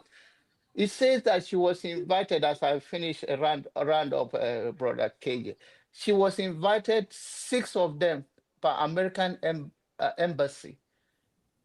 And shamelessly, what she was saying was that Imam told her, say, why did your Christian brethren, or why did your brethren talk so much bad about what is happening in the Christendom, that our Imam do worse, but we don't expose them? Can she say that if she is a victim, if her daughter is a victim, or what is the cockroach in her cupboard that she's trying to prevent? Why is she talking like that? We should not be exposing a leader. It's to put pressure on them and let the victim not continue to be a victim and die in silence. But this is what resonates in Nigeria. And this is what we are proud of, that somehow that makes sense.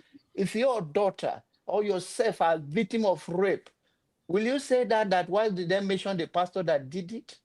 But this is what is going on in Nigeria.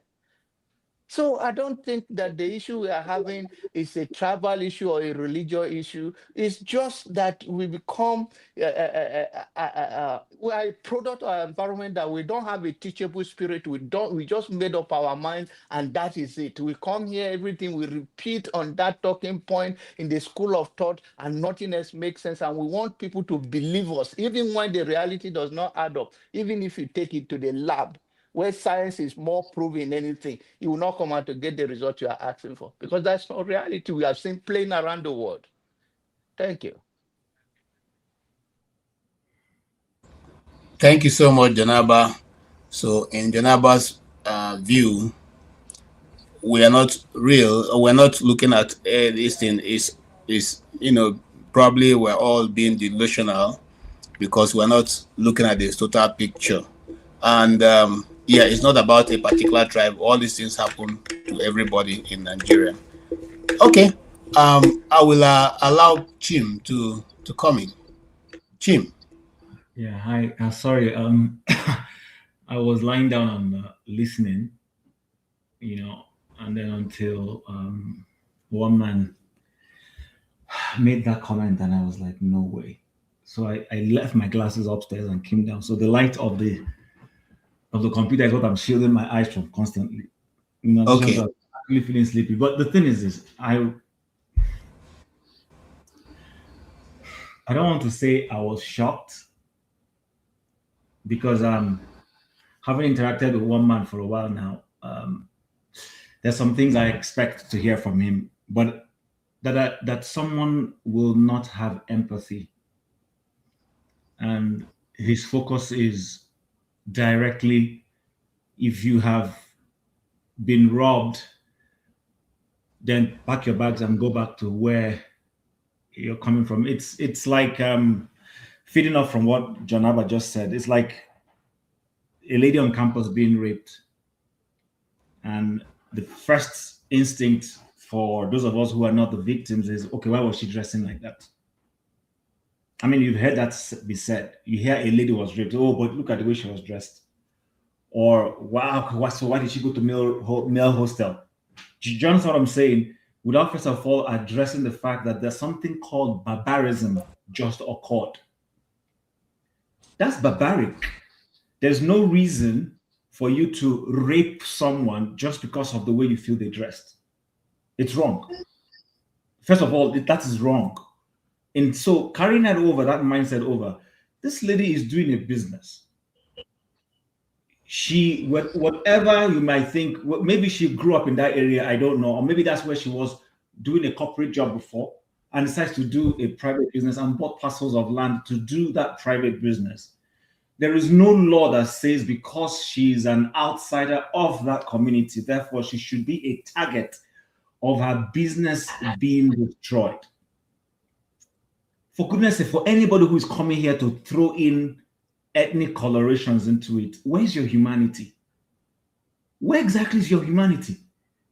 She's doing a decent business. You didn't catch her stealing. She set up a business, bought land, put up machineries she's using to do the business. She's planting whatever kinds of agricultural products she's planting, and you're robbing her business, mutilating her business, destroying her business. And your first instinct to her complaint is that she should pack up and go back to where she comes from. Chris, I totally disagree with you when you say it's expected. When you say ethnicity is expected, ethnicity is never expected. Tribalism is never expected. Racism is never expected under any guise. You can be proud of your ethnic background, associate with your ethnic background, but you have no reason to play ethnic baiting towards the other person. It's not acceptable. We complain here as Black people that, oh, we get profiling, we get racially profiled. That, oh, in some instances, some rednecks do stuff to us. But here we are. Here you are, same complexion, inside the same geographical expression, and you are already playing language, pitching language against the other person, just because. So if this girl was one man's niece or sister, what will one man say? One man will say, okay, it's justifiable. Oh, we're from Ogun State. You went to Ekiti State to set up. If you're not happy, carry your bag and go back to Ekiti State. Is that what he's going to say? Is that what he's going to say? Because I'm trying to level this thing down to the whatever level we're operating from. She's Igbo, or she's Rivers, or wherever she comes from, because I don't know if she's an Igbo girl. But her sin, the only sin you have about her now is that she set up a business in a Yoruba land. That's all. So if the girl was a Yoruba girl, would the argument now be that, oh, this happened to you in Offa, go back to Yewa land in Ijebu, Ogun State? Is that where he would reduce the agreement to? I don't know how some of us think sometimes. Sometimes, to be honest with you, when I saw this, I just wanted to stay away because there are certain topics that are very emotional. I run away from them. You know why I run away? Not many of us, I keep repeating it, have transcended enough to be able to look at things dispassionately. You don't need to like someone to be able to empathize and say, but that's not right. This is wrong. She took a loan, for instance. Or maybe it's her hard-earned savings. She's injected into a business. And it's okay for you. Just because she doesn't speak the same language with you, that it is okay that her business. He did not I didn't listen to him for once say, you know what, I'm not happy she's playing an ethnic whistle, if that's his problem, but this was wrong. One man did not condemn what was done to that girl, not once. Please, KJ, did he? Maybe I missed it. He didn't. He just went straight up to say, oh, if she's not happy, pack your bag, go back. There's land in England. Are we okay? Like, seriously. Chim, just to even add, he never for once even looked at, the complaint. Rather, his mindset was that she's been exploiting the people. So that is why the people are stealing. So she has more than 20 staff, indigenous of those areas, employed in her work, that she helps to manage their family, and sometimes even go, because I have a longer version of that video. She pays their school fees and make sure that they get something, even when the farm is not producing enough. She takes her own money and meets their need. And that's what somebody who wants to build a nation. Listen.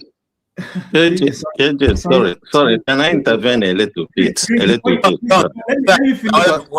Chris, let me finish. Then you can intervene, please. all I just want to appeal to us, some of us, is this: listen, whatever differences, I don't want to come here and start saying certain things because sometimes I don't want to be caught in this whole I'm married to a Yoruba person or whatever. My direct younger sister is married to a Yoruba person. Mine. I'm not talking about somebody far away. So I will not come here to play that kind of card. That's why I'm always careful. And I think it's time some of us we need to rise above certain things. First and foremost, we can come and say, okay, but no, if she had made any ethnic slur, you can come and address that separately. But not to even look at the fact that this lady, she injected money into a business and she's being robbed. And you can't even see it. You can't see that. For shame on every other person who is playing ethnic bigotry on that chat platform. Shame on all of you.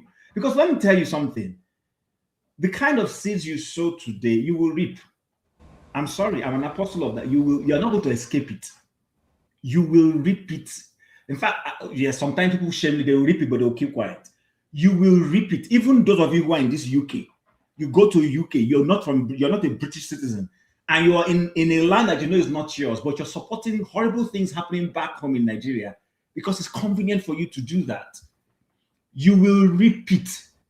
Karma is not just it happens. You will repeat. It's unfair. Okay. And that's the only thing that brought me to the pro. I was able to quietly sit down and be watching people and listen, but I couldn't stand when I heard this man come in here, and you can't even empathize. It's sickening. I'm sorry to say. Yeah, because you can see that young lady. Hold on, I know where you're going. I don't want us to divert, Chris, please. I don't want to make one comment. Now let's KJ control. That where you're going is what Kim have mentioned. I don't want you to go there. They're going to take us away. Now, that young lady is not more than, if he's too old, maybe 40 years old. And that's the kind of encouragement we need in Nigeria. People who can take initiative, put their money and do their business. I don't know how long shall we go to. If we don't want the country to unite, then let us kuku say so. So everybody can go and mind their business in their own locality. There's a way of doing that. We don't have to divide. Just call a confederacy. Everybody will go and mind their own business.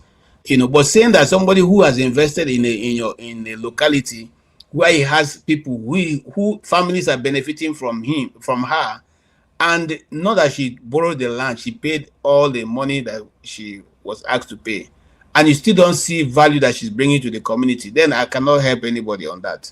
So let me go to Stay Humble. Maybe he can help us with the answer. He may have a better understanding of what's going on. Stay Humble.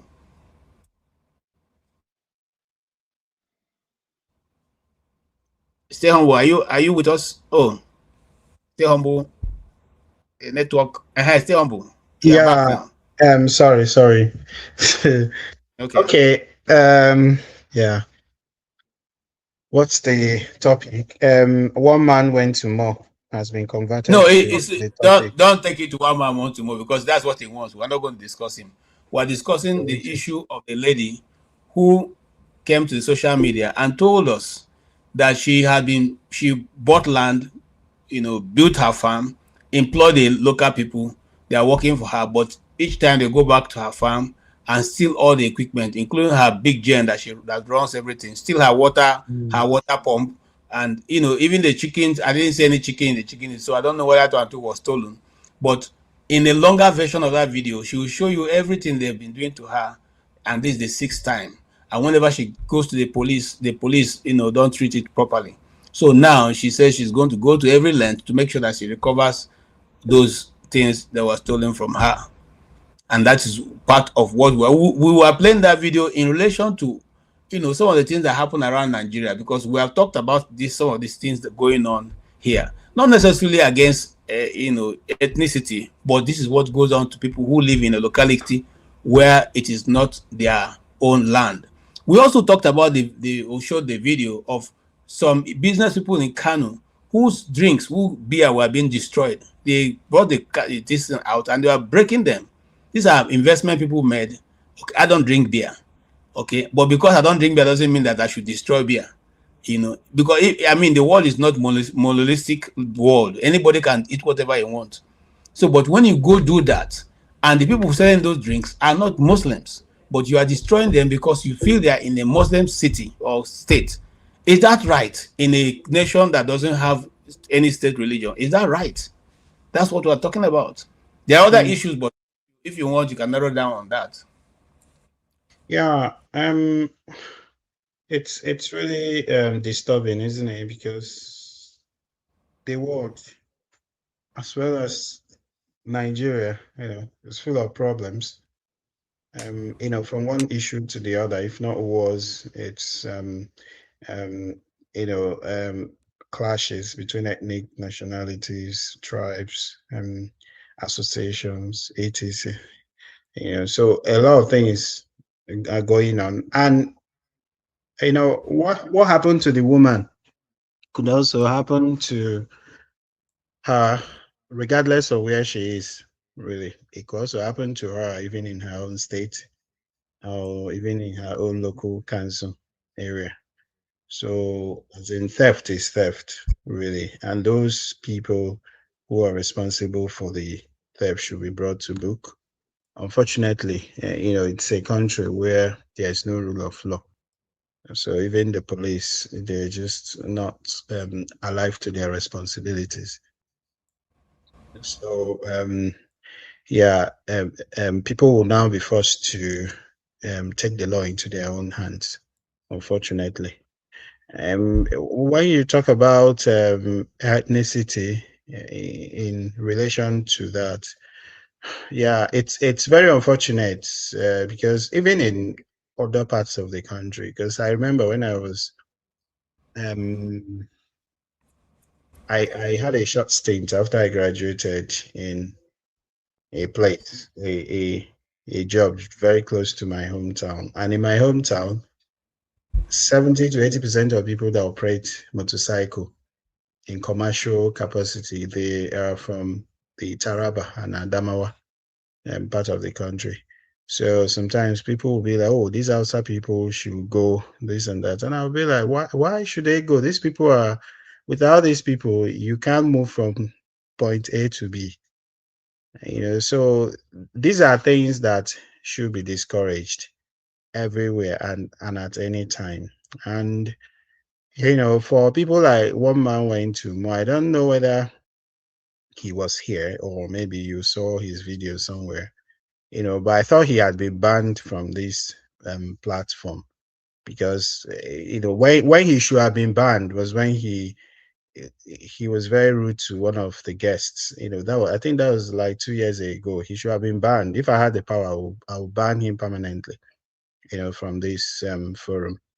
Um, his words should not be taken seriously. And the fact that he came here means that he's really disturbed. If he came here, it means that he's really disturbed because he operates a platform where they live and feed on bigotry.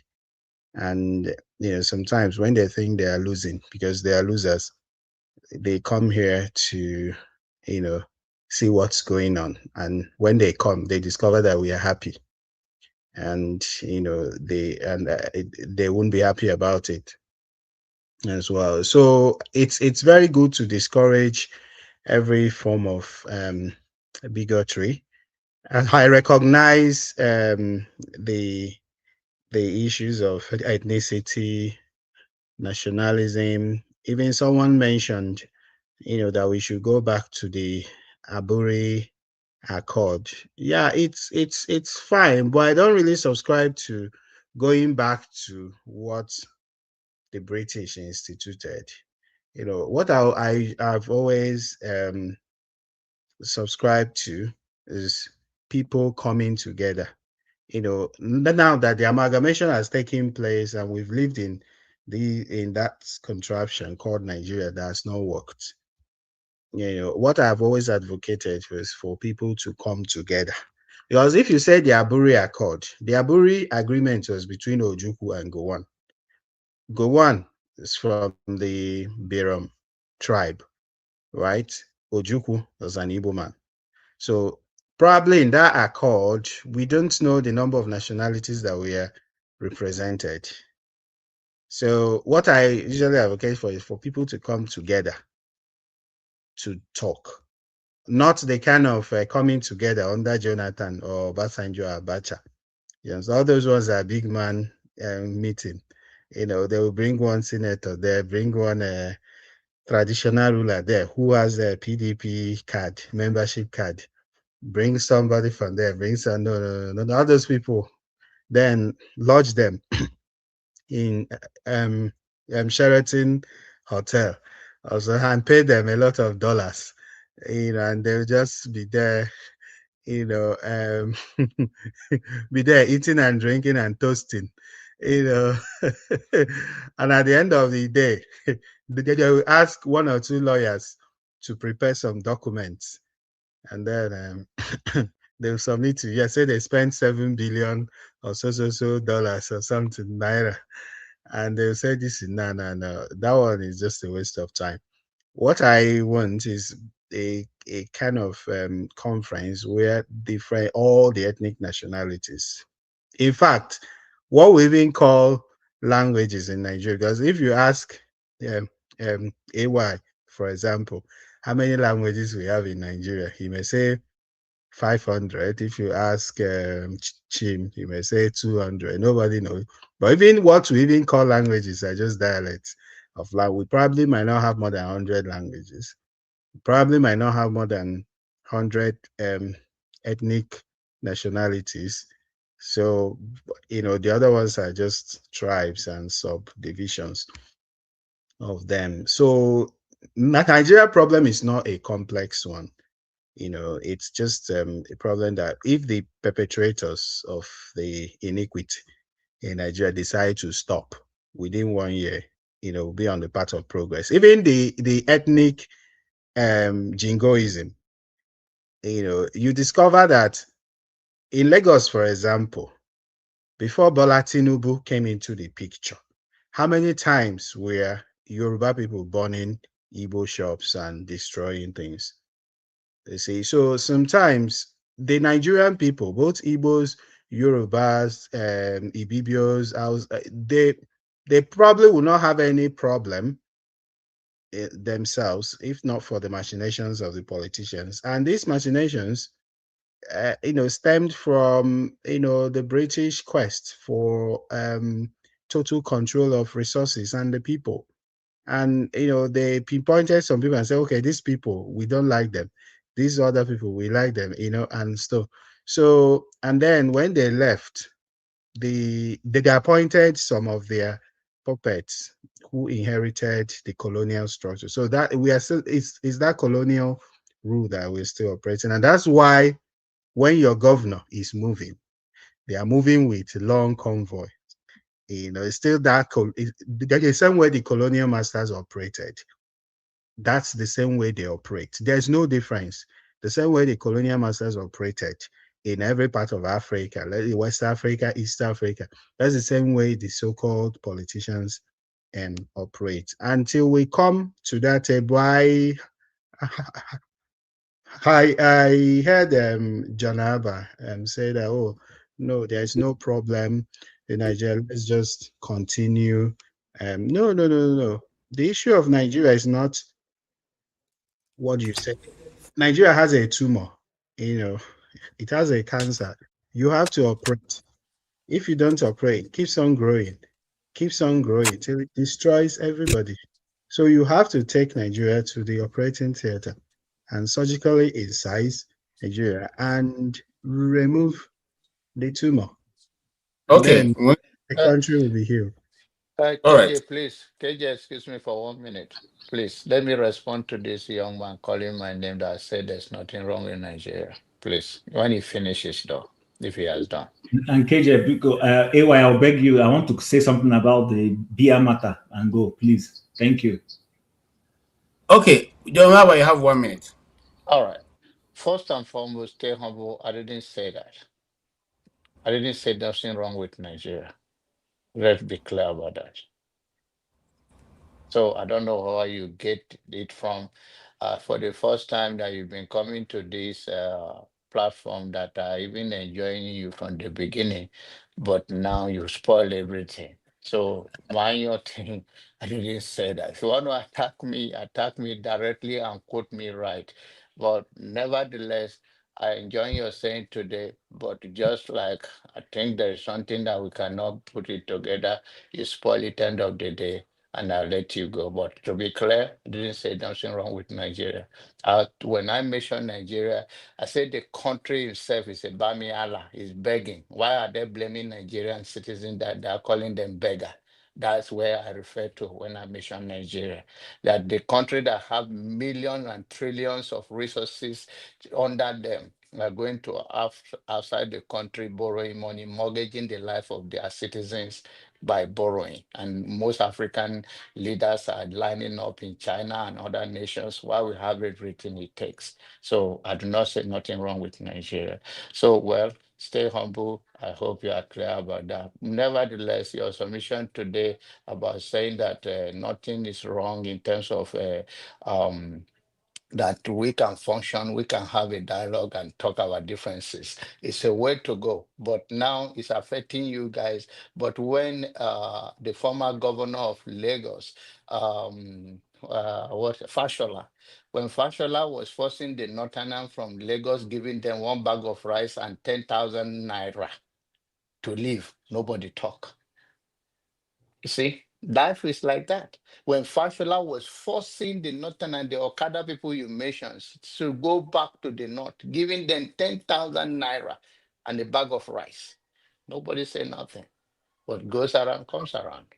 No, They did hold not on, talk. hold on, They hold did on, not talk. hold on. No, we talked. No, I was in Nigeria at that time. No, the media went haywire. We talked. Everybody talked about it. We said no, this is wrong. Unless you are No, telling us yeah, the North but I'm don't belong, talking to people. Yeah, I'm talking to I'm referring Okay. to the guy that is saying here now that to just not even against him, that what he says, what he stood for, that when he was in the local, I'm talking about stay humble, when he was in his local area and they said that the Okada people and all of them should leave or they are too much, he said no. There are business that people are done in different ways. These people, they are in low income and they're content with it, and they do whatever they can do to keep their heads up. Give them credit. Let people live in their own space. But then, Fashola, I know somebody was telling me here, did they not talk? Did they not talk what? What do you know? Is not is Nigerian does not belong to all of us. Now you are crying and you say something not to talk. What No, if no. you if The not do reason not why the talk, reason then why you will I'm not talk. asking. Humanity is this is the narrow-minded issue. Oh, Whatever your neighbor is in they say there's adage in popular in Nigeria. Say when your neighbor's house is on fire, do everything to quench it because yours will be not will be next. So whether the person live there is a Chinese guy or is an Indian guy or is a Nigerian or Igbo, doesn't matter. If something that is wrong is being come, like KJ said that yes, we go wire, yeah, then let's say yes, it's a good thing that Nigerians say we are all Nigerians. Everybody have the right to reside any part of the Nigeria, even by the constitution. Apart from that, we live abroad all over the world. Are we happy when they deport us? Except when we do something wrong, we have no right that to go back. But then within Nigeria, we discriminate all those things here and there. It's unfortunate. Thank you. Okay. Thank you very much. Yes. Chim. AJ, Yeah, can I thank say? AY, thank you very much. Hold on. I'll come to you. I'll come to you. AY. I see you. Just Chim want to make a Yeah, quick comment. no problem. Yeah, Okay. AY, I'm thanking him because AY gave me his slot, literally. So I'm trying to acknowledge that it was his time. So why I want to talk about this beer thing and is the fact that remember there is this whole VAT thing involved. And I remember the first time we started talking about VAT, when VAT was not even a major national conversation. Yes, people were paying VAT. It wasn't yet fully a law, but you pay or you don't pay or whatever. And I told someone, I said, for people who argue, especially from the north, that they are not getting enough VAT money and all that. And I said, no, it has to be done by derivative. You cannot be destroying crates and lorry loads of alcohol. And then at the end of the year, when VAT is pulled, Then you now tell me to give you the same VAT money and give it to you, not just give you, but give it to you based on your population. My argument has been that if you say you do not like the product of Nigerian breweries because they sell beer, then exclude yourself from the revenue that comes from the sale of that beer.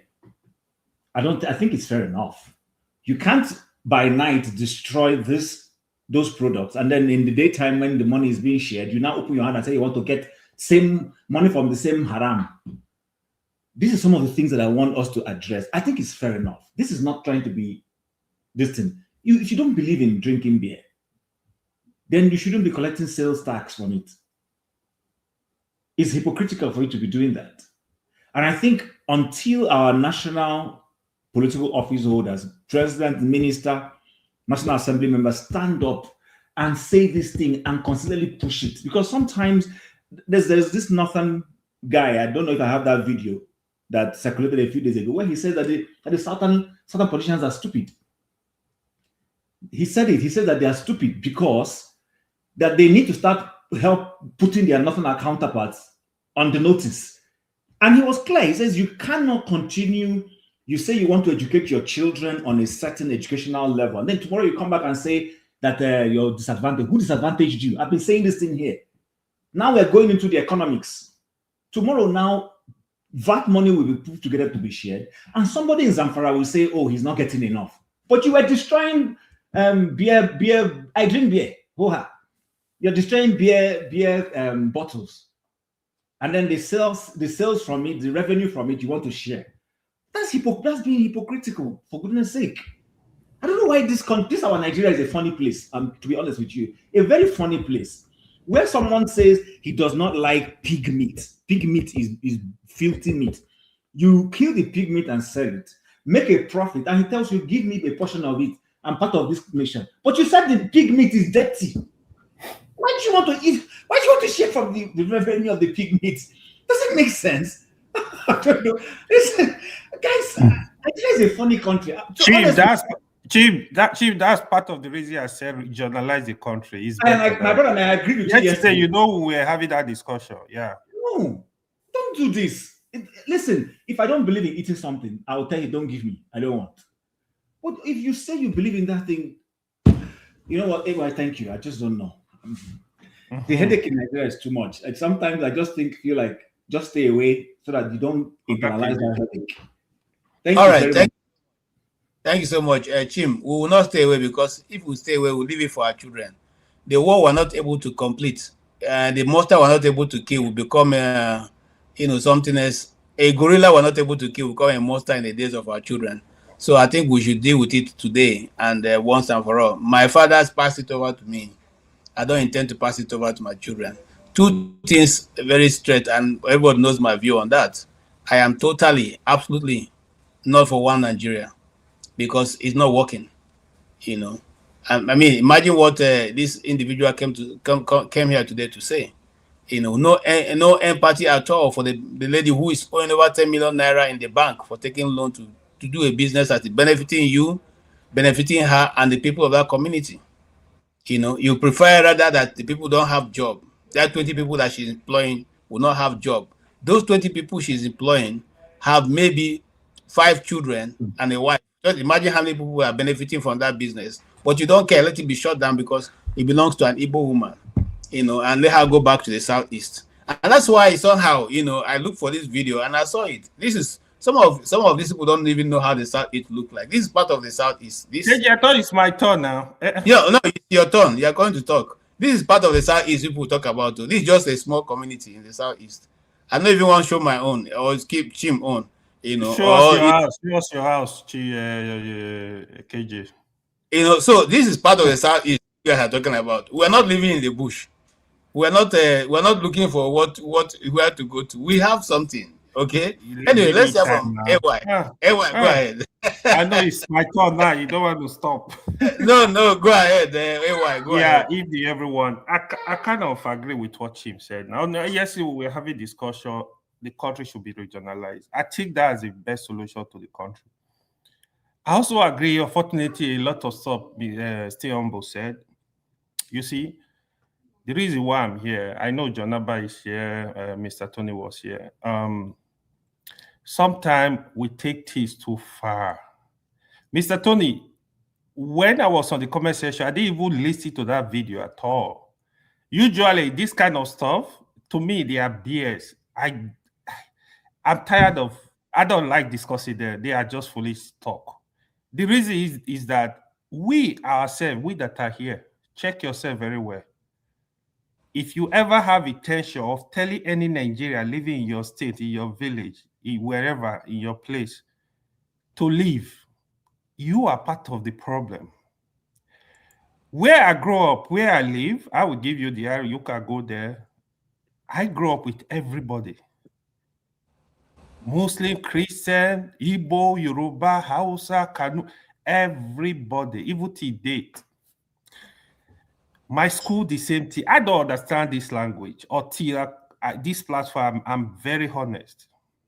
I don't understand this language. A lot of you speak, but it's not. I don't know the intention of the people that were bullying the girl or stealing from her. If the intention is also because she's Igbo or she's particular tribe, that's why they're doing that. It's just foolishness.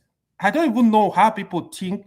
When I think about this stuff, to me, honestly, I swear to my God, if you bully somebody in my community because it's not from my community, I will fight you to death.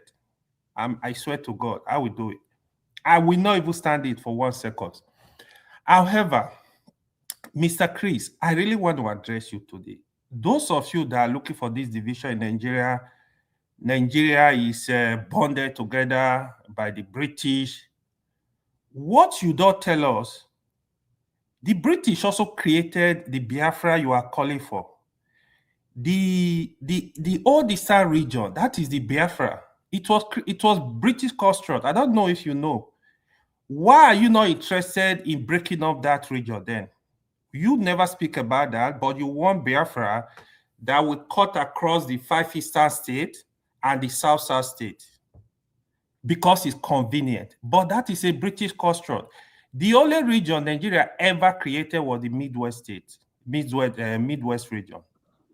The 3 regions, the North, the West, the Old Eastern region, they were British construct. I see Mr. Oti is shaking here. Probably he's going to disagree. I don't know how someone would disagree on that. That's a fact. Yes, because I've never heard Chris say that. He said it. That's why he said it. No, he kept.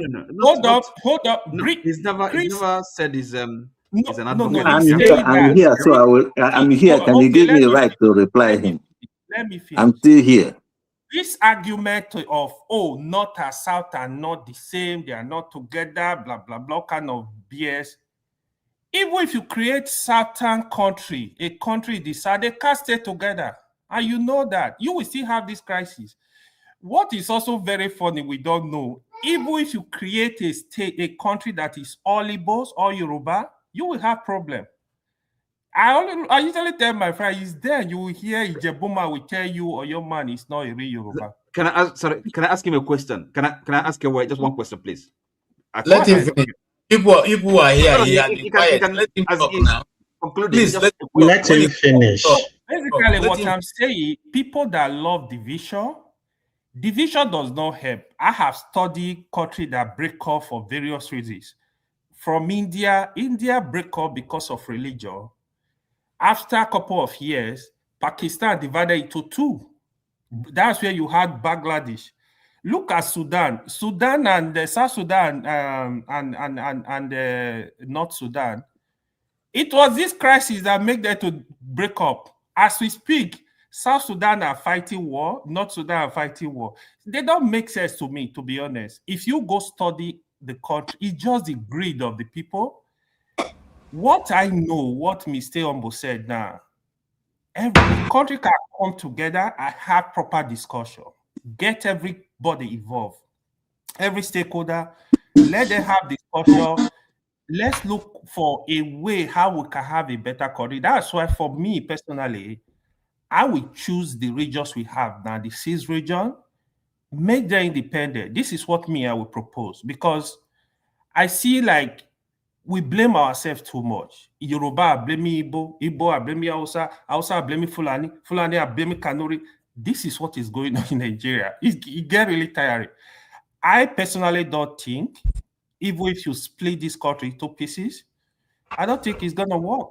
If it's not gonna work, it's not gonna work. I sometimes I push this issue to it's a problem of the black man, but a lot of us will not accept. Black countries are not doing well in Africa.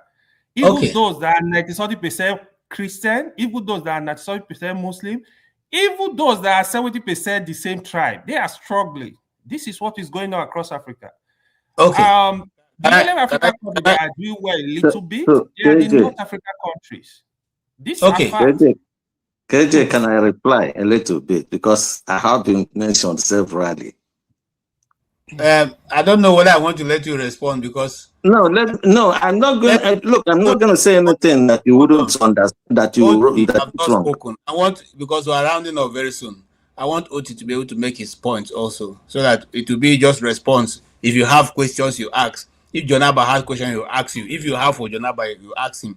But let's everybody have a bite at the apple. All right, sir. Go ahead, Oti. Okay, well, I came late and I don't really know what what the subject matter is, subject matter for discussion. No, but well, of course, I came when Chris was talking, and I understand his overarching theme, and I do agree with that. Maybe some people don't understand what ethnicity is all about. But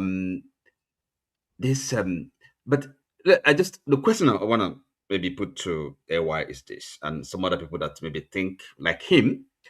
Now, when we talk about this, and by the way, he doesn't mind coming together to have a discussion. And I ask him if from that discussion, say certain ethnic groups decide to be on their own, perhaps not minding minority groups to be part of their new nation. Would you have anything against that? So because we don't have any. Let me finish. Let me finish. So because we having a discussion is not just for the sake of discussion, okay? So if we have this conference, it's for a purpose. It's for a future life together, And if the people, the participants in the discussion, if they, as a group, as a block, on the basis of the ethnicity, want to stay together, do you have anything against that? At all. That is why I'm against Biafra. Hold on. That's why I'm against Biafra. I think it's a scam. Because any Biafra that cut across the I don't know who is arguing for Biafra here. I don't know who is arguing for Biafra here. That's what Chris is asking for. That's why I don't think so. That. As I said, okay. From any tribe. So the essence of discussion is for us to have, agree on things. Any tribe that are willing to and that leave, agreement can include let them people leave. going, certain groups going their separate way. I'm for the independence of any group. I'm for the independence of any group. Okay, good. So, and therefore, then there's nothing. You can't be against anything. You can't be against Chris because his position is essentially he wants to give a preeminence to ethnicity. Okay, for good reasons, right? So you can't really be quarreling with him. But anyway, no, we are not quarreling. Come, we just I mean arguing, disputing. I don't mean you're fighting him.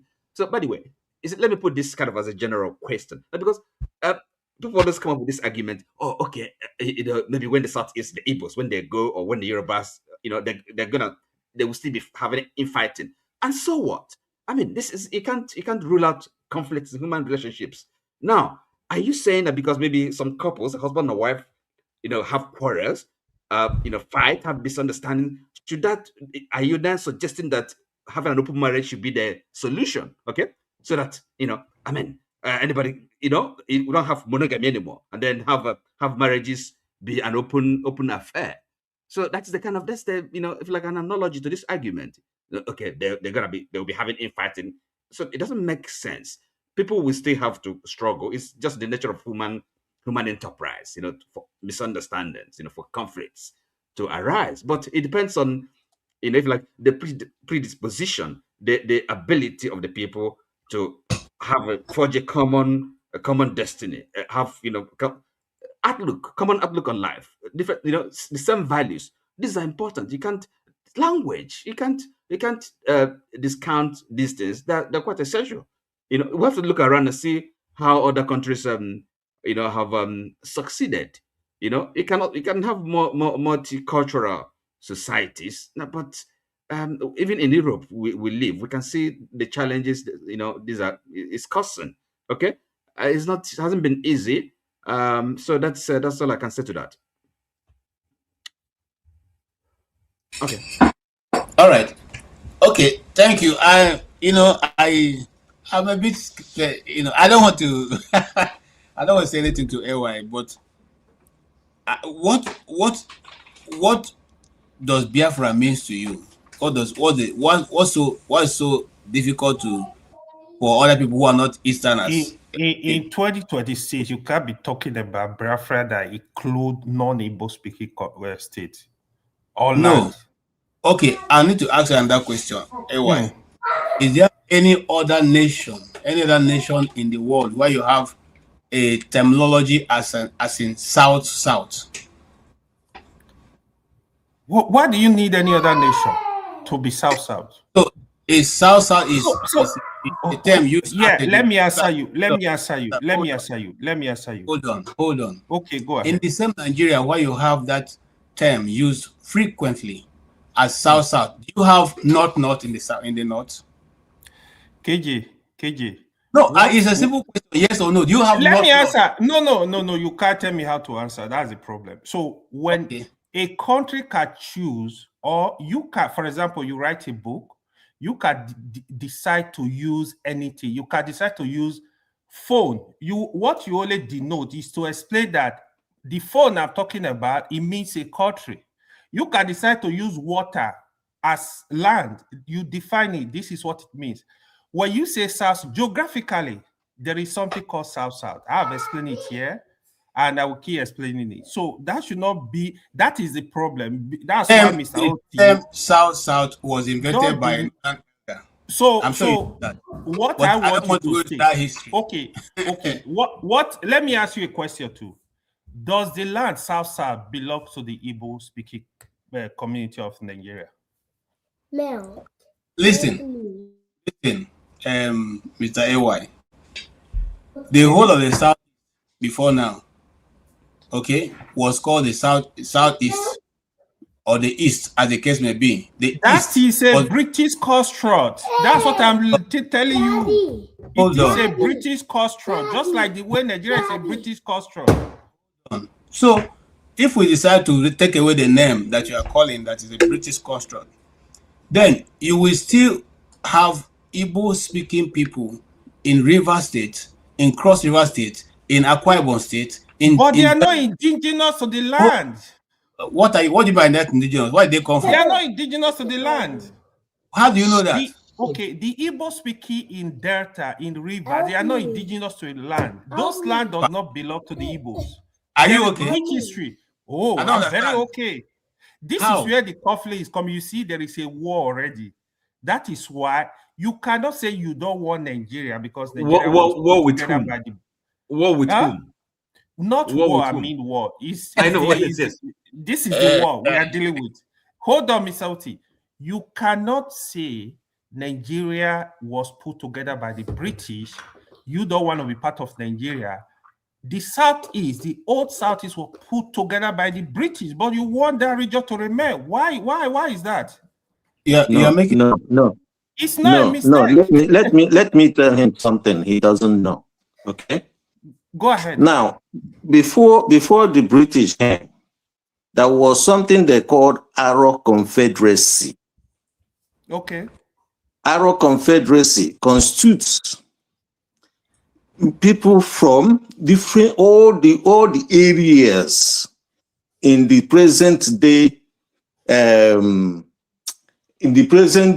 southeast, south, except Ogoni and Edo. Okay. Now, what this confederacy is all about is this: you have Ibibio, you have Annan, you have Igbos, you have Efik, right?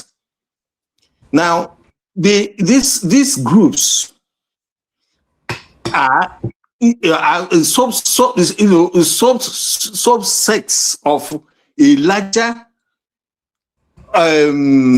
community they call Igbo, So, but what happens is this. Let me explain. They're all part of Aro Confederacy. They have the same culture. They have, and the reason why I'm talking about ethnicity. Okay, let's understand. Now you are talking, let me finish. Let me now finish. you are talking about now the Kanu. They have the same culture. Tell No, us the culture no. between Let me Ijaw finish. and Igbo. The reason why we are talking about ethnicity is this. Okay. Ethnicity has four criteria, 4 values that defines it. Please hold on. Four Stop values. explaining what is not existing. Let me finish. Can I explain this to you, please? It's important that we understand this important thing. One, the difference between ethnicity and nation, and the difference between multi-ethnic and multicultural. Okay? These are the problems we do not understand. These are the things we do not understand. A country can be a one nation ethnic group. A country can also be a multi-ethnic nation. Okay? Chris, now, leave people land for them. Let me. I'm trying to explain to you something you do not understand. No. I know what you're talking about, Mr. KJ. The only way Nigeria, if you want to break up Nigeria, the way people are insinuating, let the minority in the north go. Yes, that is why. That is. Look, let me. Let the south. No. Let me tell you, Nnamdi Kanu and IPOB say we want referendum. Where everybody will decide where they want to be. No. That is the best way to go about solving the problem. Before you carry out referendum in a place, there should be necessary and sufficient condition. If I never dated a woman and the woman gave birth, she cannot accuse me of the father of the child. I should come and do DNA. Why will I do DNA if I don't know you? So you cannot, before you carry a referendum, there should be not necessary and sufficient condition. What are the necessary and sufficient conditions for South people to do a referendum with and form a country with the Igbos? Tell me. Okay, this is what not necessarily forming a country. Not necessarily forming a country, but deciding where they come from. Deciding where they come from. I don't want anybody to come. Hello, everybody. Hold on. Want to say something. Hold on. Let's hear.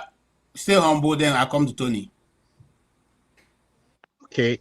Yeah, so I just think that the direction this gentleman is going is the direction that people that argued with me in year 1 in 2010, the direction they went.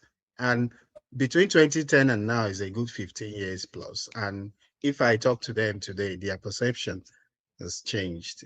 So I don't think we should be having this conversation. It's blunts my brain. As in, how could we be talking about South? Is this one South? Don't you read? This forum should be for readers, not some kind of lay conversation. Come on, people. So what's your point? I started becoming a regular, here. I listened to people speak here for more than 2 years. And the conversation was very, very intellectual. It was very, very edifying. And people that watch this forum, they expect us to take it to another level. When we are talking about Nigeria, and then people are talking about this is Southeast, this, what is Biafra?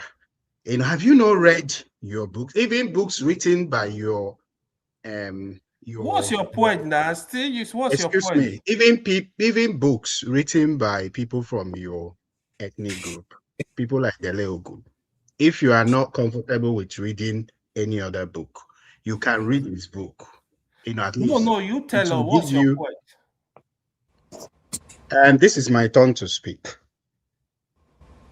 So if you give me okay, stay humble, speak now. You have your turn now. Hold on, Ewa, let him speak. I shut everybody down before you can speak. Let him also speak. So you mentioned that there are the countries that you know that broke up, that they are in shambles. So now, I now begin to ask myself, what are those countries that you know that broke up? And you mentioned North Sudan and South Sudan. You did not talk about Yugoslavia, which everybody knows. Yugoslavia broke up into 6: Serbia, Montenegro, Bosnia-Herzegovina, Croatia, Slovenia, and North Macedonia, and they're all doing well. Korea, they were together, and North Korea, I think they were oppressing South Korea. South Korea broke away from North Korea with the help of America, and South Korea, they are doing excellently today. There are many countries that broke up that they are doing very well. So don't be quick to point to South Sudan. We are not South Sudanese. The So Igbo our or argument, we're Ibibio. talking of the Excuse Biafra. me. Why don't you comment on that? Sorry? The Biafra, the South South and the Southeast. Why don't you comment on that? I thought that The Igbos, the Ibibios, the Efiks, the Jaws, they are not South Sudanese. So our lot is not. So So your argument is for them to come coming together. to, so my question to you now is, was Asaba part of Western Nigeria? That's what I'm telling you That's my now. You question. don't Yes want to or no? listen. Was It was Asaba no, part it of was Western east. Nigeria? That's what that said it's a British construct. Sorry. That is what you answer guys this don't want to question. accept. Was Asaba part of Western Nigeria? Asaba was part of old Eastern Nigeria. No. What? Sorry, How Western Nigeria. can you say that? See, It used to be why Western I said that Nigeria. is Hold on. It used to this be is totally Western. invalid. Yes, Midwest But was during created from Biafra, Western Nigeria. Yeah, you are right, Mr. Tony. During the Biafra, it was called part of the Biafra. That's what I want. No, it was Midwest. It was Midwest Republic. So Ojukwu did not invade Benin. Mr. Tony, what are you talking about? Why did he invade Benin? Listen. Biafra took over Midwest. Went to came to Western region, but he did not. Hold on. You have to quote the history correctly. Hold on. Okay. When they took over Midwest, it was called Midwest Republic, and they put an administrator, Major Okonkwo, to administer the place. It was not part of Biafra. So, but what was the intention of Ojukwu if he had succeeded? You said that. Do you think Biafra was Eastern Nigeria? Hello, guys. Let me say something. We are rather rewriting the history here. If you read can I say something? Hold on. Tony, I'm coming to you. I'm coming to you.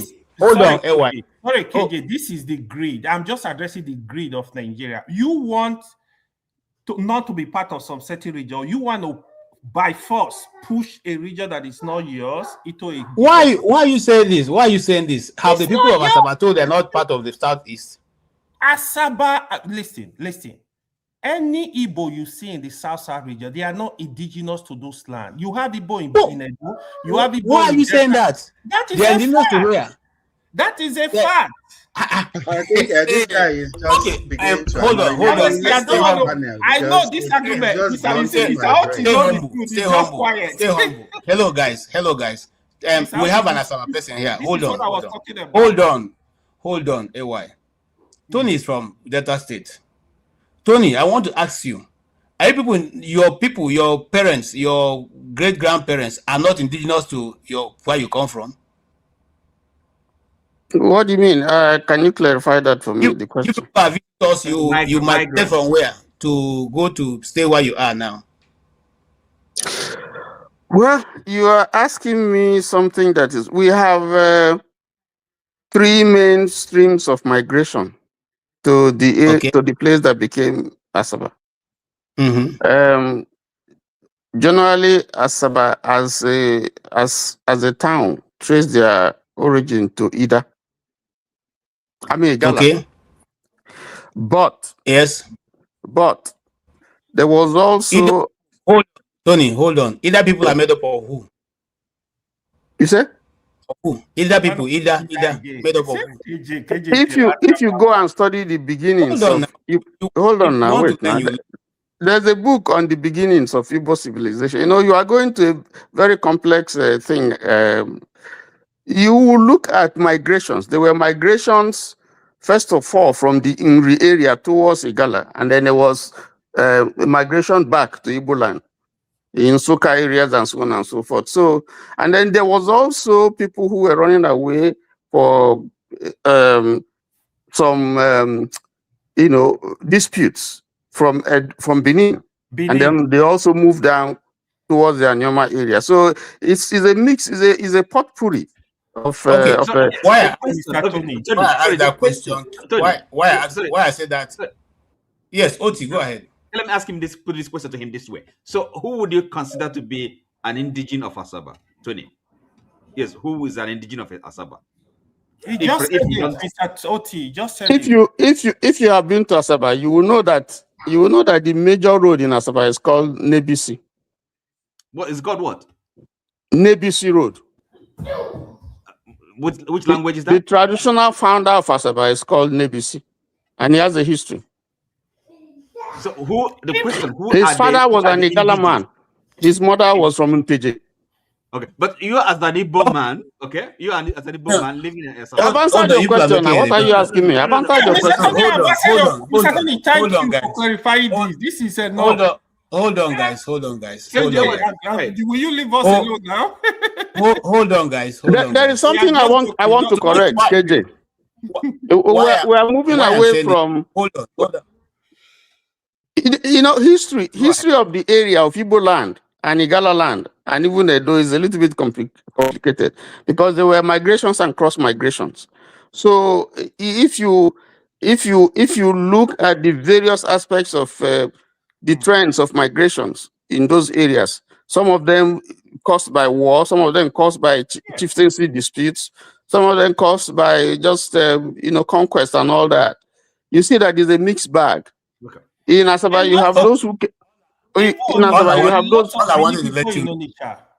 All I wanted to let you know. I'm surprised KJ is not aware of all I wanted to let you know. The question really is who? But what I wanted to say, there's something that Kulata posted here, and he was talking about. I think it's a historical fallacy. I'm trying to find it. He was talking about Ramayan sending. What is it? I'm trying to capture it. Robodion, I don't know what, to Benin to go and establish this. All that story. Yeah. I don't know where he got. I don't know where he got that history from. Look, that is I don't know what account of history is reading. And then there is something that Chris said. He said that the whole South used to be under Aro Confederacy. Again, that is I don't know where he got that from. That's not true. It was trade that was divided. Okay, so we are not gonna hold on, guys. We're not gonna hold on. Even though that's not what we're discussing, AY have come to move us from that point. If I knew that, hold on, AY now. If I knew that was what you wanted to bring in, I had a video. Somehow somebody sent me a video of a particular Igbo speaking people in Kogi State just this week. People in Edo, there are Igbo speaking people. Hold on now. And those people are indigenous to those places. The whole of Olama Borough local government, the majority of them are Igbos. They have like 2 or 3 local governments in Kogi State that are only Igbo speaking. They bear the same Igbo names and all that. They will speak their own story. But however, I want to put it to you, AY. Igbos are not looking for people to accompany them to Biafra. Get it straight. You keep saying that, and I'm now having to move from my moderator role to a participant, which I don't want. But we're not looking for people to follow us. We are more than enough. I was just here to correct the wrong. No. Biafra or Igbo nation. So just. All right. So now AY have come to agree that it is good for people to go their way. KJ, 30 seconds. If Igbo, they want to move out of Nigeria today, I go support them. but don't cut anybody land. Me, I will support it. I What will is support their Yoruba land? to What move. is the, Stop what is the, that. what is their Stop. land? Stop The that. land that AY. does not Come on. any Stop land that. AY. that AY. Stop that. It can be serious. Stop that. What's the? So you Hold see, on. Mr. Hold on. Oti, Mr. Oti, I don't Oti, know, hold you're on. also part Hold of on. it. Oti, Come, hold on. AY, Mr. hold on. Oti. What was the reason for the division, for the creation of states in Nigeria? What was the reason for the creation of It that state in doesn't Nigeria? matter, but what I was telling you. Which one? It doesn't matter now. I'm asking you. Say, Okay, let what me was the tell you. reason? Let me tell you. So what is What I was what is telling the is boundary of Igbo land? What is the boundary? Igbo land. Where is the boundary? The old Eastern region was a British construct. So where Just is the the way boundary you of talk. Igbo land? Hold on, Mr. Oti. The old Tell us where the Eastern boundary is region then. that make up majority of Biafra, the old Biafra, was a British construct. I am saying, if you are saying Nigeria is a British So construct, the where is north the and the boundary of south, Igbo land? you Tell us. also losing up the old Eastern region and let people that are non-Igbo go.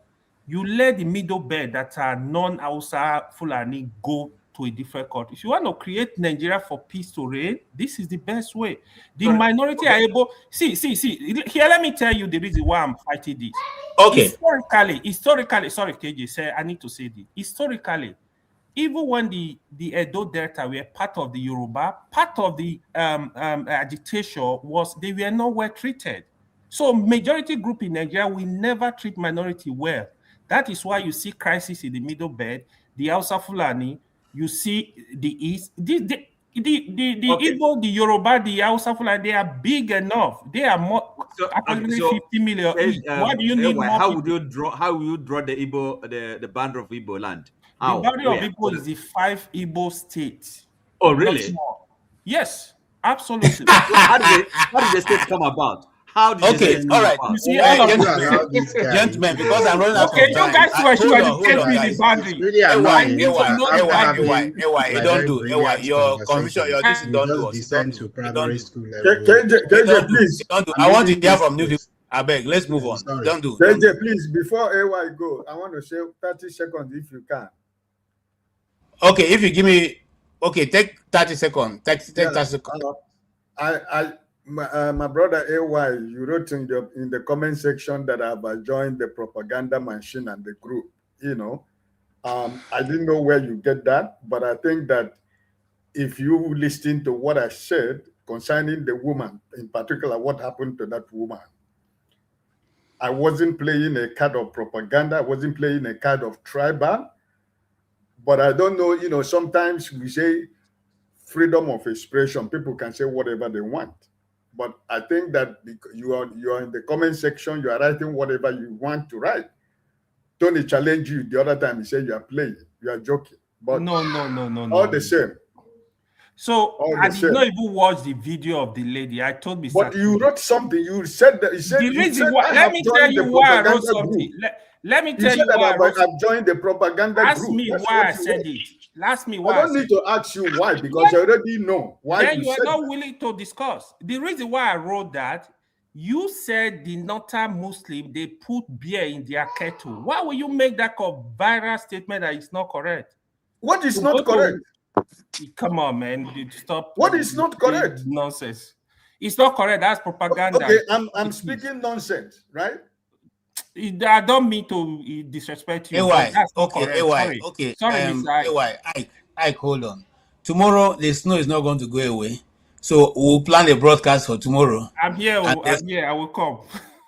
Some of these things will be discussed. You I prepare want and Mr. come. Tony to be here. As long as I have somebody to fact check all of you. I want Mr. Tony. I don't mind paying Mr. Tony to be here. No, you're a troublemaker. So fact check what you you are doing people. now is you are just playing politics. But let's hear No, from I'm Ngo. not. Ngo, you're welcome. I'm not. Ngo, you're welcome. Let's hear from you. You're muted. You're muted. Oh, can you hear me now? Yes. Who are you? Okay. I was just listening to your conversation, contributing on the chat, and I was enjoying your discussion. But when Tony started speaking, I felt, oh, I needed to come up.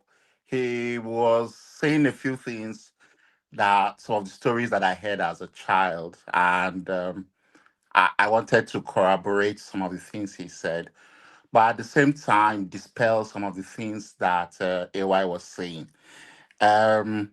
I quite enjoy the discussion, the contribution from Chima, from AY with regards to people living in any part of Nigeria, living freely and going about their business without any sort of persecution or necessary um, attack. I think my reason of coming up is just to speak about the facts are that there are Igbo speaking communities in Kogi State, around Igalamela, Odolu, and some parts of Oloma Borough, and that's a fact. And my feeling generally is, and just to corroborate what Tony has said, is that when you look at the cultural, the way of life, the names, the language, I think there has been a lot of migration from that place you call Igala land towards the Igbo land, towards areas like Delta, and then back. And there's been a lot of mixture. I will say this, like, my dad is from Oloma Borough, and my grandmom speaks fluent Igbo. Like, before she died, she speaks fluent Igbo. Her, I've got uncles that have Igbo names, from AGK to a lot of other names. My grandmom's name was Ikani, and so there's a lot of mixtures there in terms of that. So it's not new that there are that back and forth. But for a fact, there are people in Igalamela or the local government that are primarily Igbos that are from that place and they are indigenous of Kogi State, and that land belongs to them. There is no doubt about that. So I think it's just to dispel that argument from AY.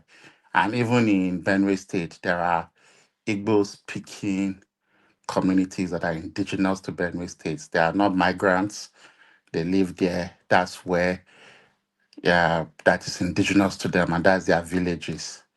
Um, just to add to the contribution with regards to Biafra or Dudua, all those kind of, I think the way me I see Nigeria today, I think we've had too many issues with regards to our our identity, and we've struggled to form a cohesive country. We're just like Chinua Achebe says, a mere geographical expression.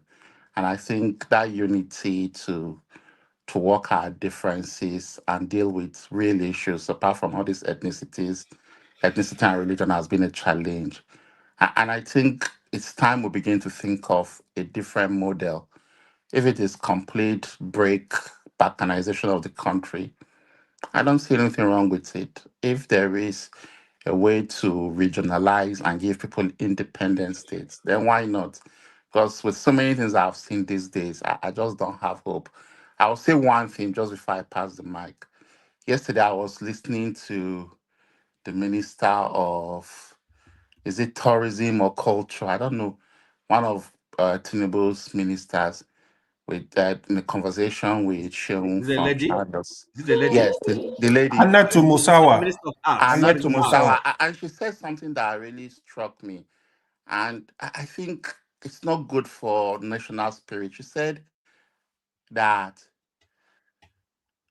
anytime power rotates to the north, that wherever, whether it's a president or a vice president, somebody from, um, it has to be a, Hausa Fulani Kanuri. it has to be a Muslim, Hausa, Fulani, or Kanuri.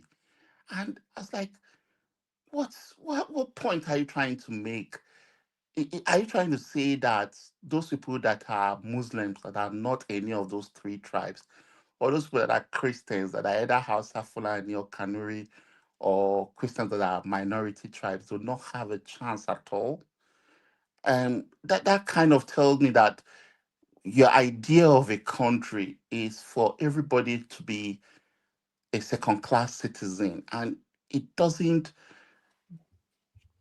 go well to my egalitarian spirit, the ability that people can rise from wherever they are to be whatever they can be. This is like trying to put a ceiling on what people can be, regardless of their potential.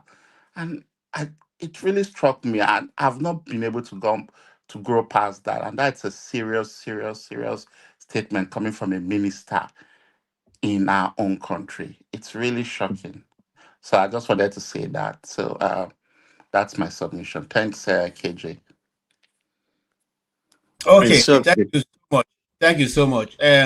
You know, there's so many things I don't want to respond to what you're saying, because there are many things you said, which is always that comes to the fore whenever we want to discuss national issues. And that's why when people come and say we don't know, we Nigeria is not, we can, the issues. The issues are looking at you. You refuse to discuss the issues.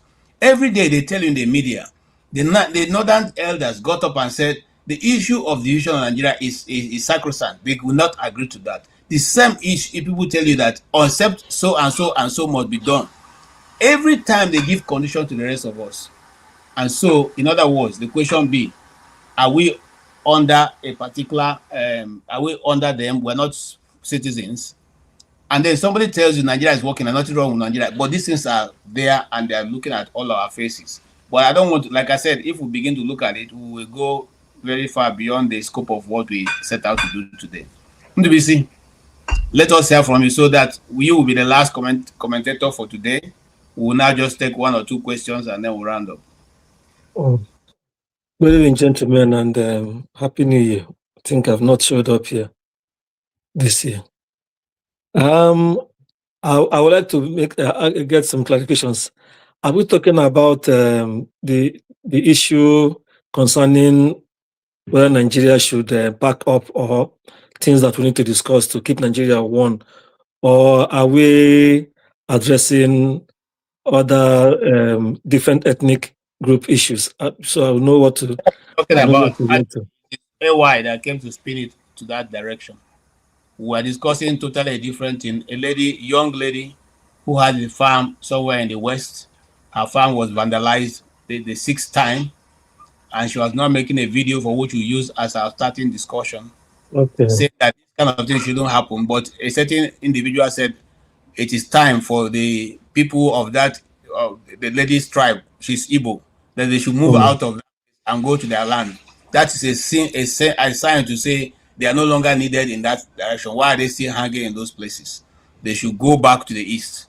Now, if we need to move back to the east, why then do we need a one Nigeria? We should equally end it and let everybody go. If that's what they are thinking about. And I said in my opening that when we are going, the oil that is in Lagos, the headquarters in Lagos, will equally go back to the south where it belongs. Okay, so we don't leave the oil there. The banks that are owned by people from the south, we take off their headquarters also. The ports that are in Lagos now that is servicing, we will equally move our ports back to the east. So let's not look as if there's one economy running in Lagos that is giving money. We know what's giving money in Lagos. It is those things, and if Uzodinma is able to even drag those companies back to Imo State, you will see the change in Imo State in the next. So we know what is bringing money to Lagos. Okay, if those businesses leave during the December time, the Igbos left Lagos. We can go. The videos are out there in the internet. You go and look at it, how Lagos was. The whole place was deserted. So whether they think it or not, the day when that is Enyimba go leave the Lagos and move to Enyimba. You go hard. Okay. Meanwhile, I want okay. Let me speak on this. Hold on. AY, can you hear me? If you can hear me, AY, I begin to plan your money. I will let my cousins in Umuahia get a piece of land for you, because very soon that will be destination. Me, I'm married from the east, so I need the land as well. They are my in-laws. Let me let you know now. So they are married from the east. They are your in-law. I'm a full-blooded Nigerian. Trust me. So don't worry. I will shock you. Okay, so I just want to know that very soon, when you are booking your flight, it will be to Umuahia you're booking your flight to, because when Alex is 8 years there, people will not be able to recognize the Southeast. I'm in support of any governor that is working for his people. All right. I will put my money in there. Okay. Thank you. Let Go me take ahead. it from this angle. We have very clear problem in the country. This ethnicity and religious biases. And then we all sometimes many of us fall into this trap that some politicians have set for us, using it to divide us. We should be thinking of ways to identify or solve the problem since we have identified it. That's why some of us, like me, I don't feel that going to election is a solution. When a system is not working, even in a family, when things are going wrong, the family members call for a meeting and try to identify the problem and sort it out so that the family will not be fractionalized. Maybe the family is now like 3 or 4 generations, grandfather, father, children, and maybe great grandchildren. Everybody just go their ways. You see one brother is not talking to the other brother because of issues that were unable to be solved or ignored, and say, oh, it will take care of itself. That is the problem we have in Nigeria now.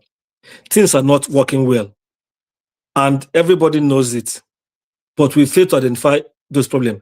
And from generation onto generation, some people who want to be sending some bad signals to their ethnic group people who don't understand what is really going on have pitched them against people who ordinarily didn't do anything to them, who ordinarily live peacefully with them.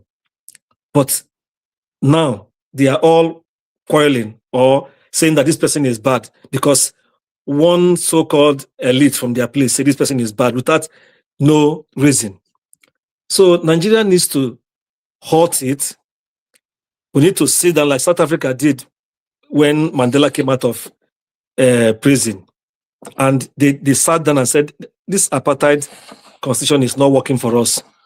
We, majority blacks, we don't want to ask you whites to leave our country. No. But let us sit down and fashion out a new constitution that will benefit everybody so that we all live in peace. And it takes men of dignity, men who want to sacrifice for the benefit, for the future of their country to do that. But I don't see that in all these politicians who are running around, particularly the man in power. The man in power was one of those who was called a Democrat, who was championing restructuring or true federalism. He has gotten into the system now. He has seen the milk and honey and sugar. He got hold of it for his own selfish end. That is what we see. And the country is bleeding from all angles, bleeding everywhere. If not for another thing, this severe insecurity that has trapped us across the land should be a major reason why we should sit down and fashion out how to unite this country. Me, I'm against division. I want us to be one because countries that are big and are doing well are being respected the world over.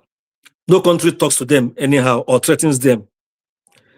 But you have to have a strong economy and a strong security to have that influence in the world. And we are capable of having that. We have very influential and very technologically driven people across the world, well-enlightened people who, if the country is working, they're ready to contribute their quota, even without asking for any pay, to see that Nigeria works, all for the benefit of our children. If these people who are in power, if they are thinking of the future generation, what Nigeria will be even in the next, not even 10, in the next half a decade, they should be working towards, say, let us halt this thing. Let us sit down and fashion out a better way of running our country. Let everybody come and put their thoughts on the table, how the country should be safe. Nobody should have any fear. So that we all find a way of halting this bleeding. Our people in the rural areas cannot sleep. It is happening in the rural area more now. I know kidnapping happens in the city, maybe on the highways, but with the way things are going, it won't take time. You see those things happening in the rural area, even in the cities, because everything has collapsed. Every day we hear kidnapping and all that. This can be stopped if we come to the table and sit down and say, okay, how do we manage this thing now? Maybe we'll say there's need for all this call of state police or regional vigilantes or police. Let them handle security in their areas. Why the federal government or the federal police or military supervises them? There are things that can be done where the way other countries are doing it. How can we every day we hear 120 people killed, 200 kidnapped, taken into one forest, lined up on a straight road, and there's no police, no army to go after them? Oh, we are all just joking. These are our people who are in charge. I don't know what their interest is. Is it only to make money for themselves and stash so much abroad so that when the country collapses, they will jump into their jet and fly and live in that country? How long will they live in that country and feel as if they are independent? Because one day they will feel like they should come back home. Where's the home that we are going to come back to? So I believe that all of us here and others who are listening and who want the country to survive too should be thinking in that direction. This way of rolling every 4 years, we renew this atrocious constitution that has led us to where we are now, this edge to calamity. The country should halt it and sit down. It won't cost us anything. A transition government can be set up that will be running the government. Why people who the people themselves selected will come to the table and discuss on how to move the country forward. Nothing will be out of discussion. Everything will be there, but all to move the country forward. But I don't know, they will not accept it. Some people have proposed it. I've heard some people propose it, but the man there is not willing. All he's thinking is to gather all politicians by crook or means into his party and feel that at the end of the day, next year, he will do his usual magic with INEC, the judiciary, and of course, security forces behind him and continue. In what way? The killings will still continue. Nothing will happen. They will not stop it. It's a problem. So that's my own concern. We need to halt it now. And this can be done within 6 months.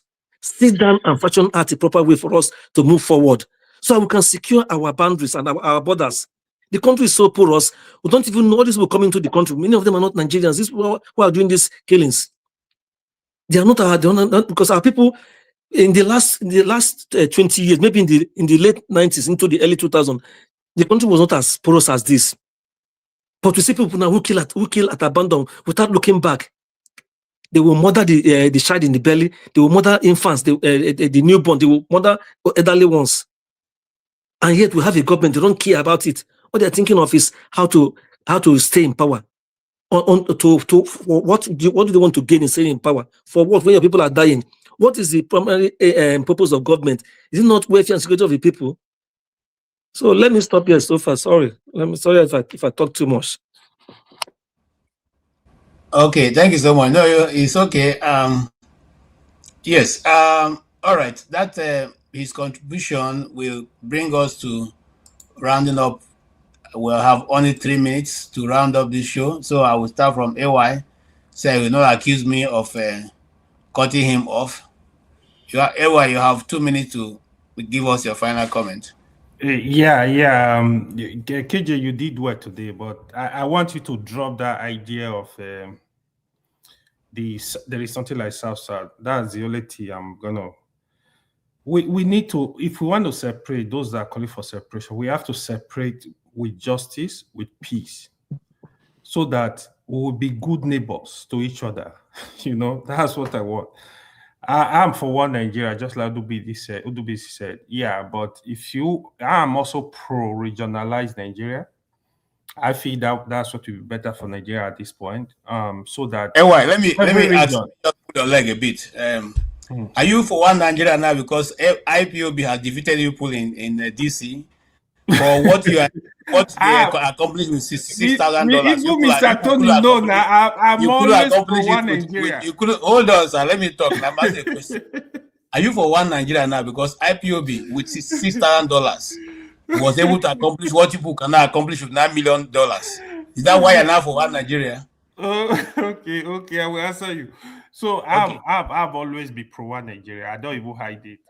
But what I want justice, just like everybody is calling for justice. I want, especially the common people in Nigeria, no matter irrespective, I want people to live like normal human beings, to live a good life. I don't even worry about those bourgeoisie that I don't let anybody divide me across ethnic line.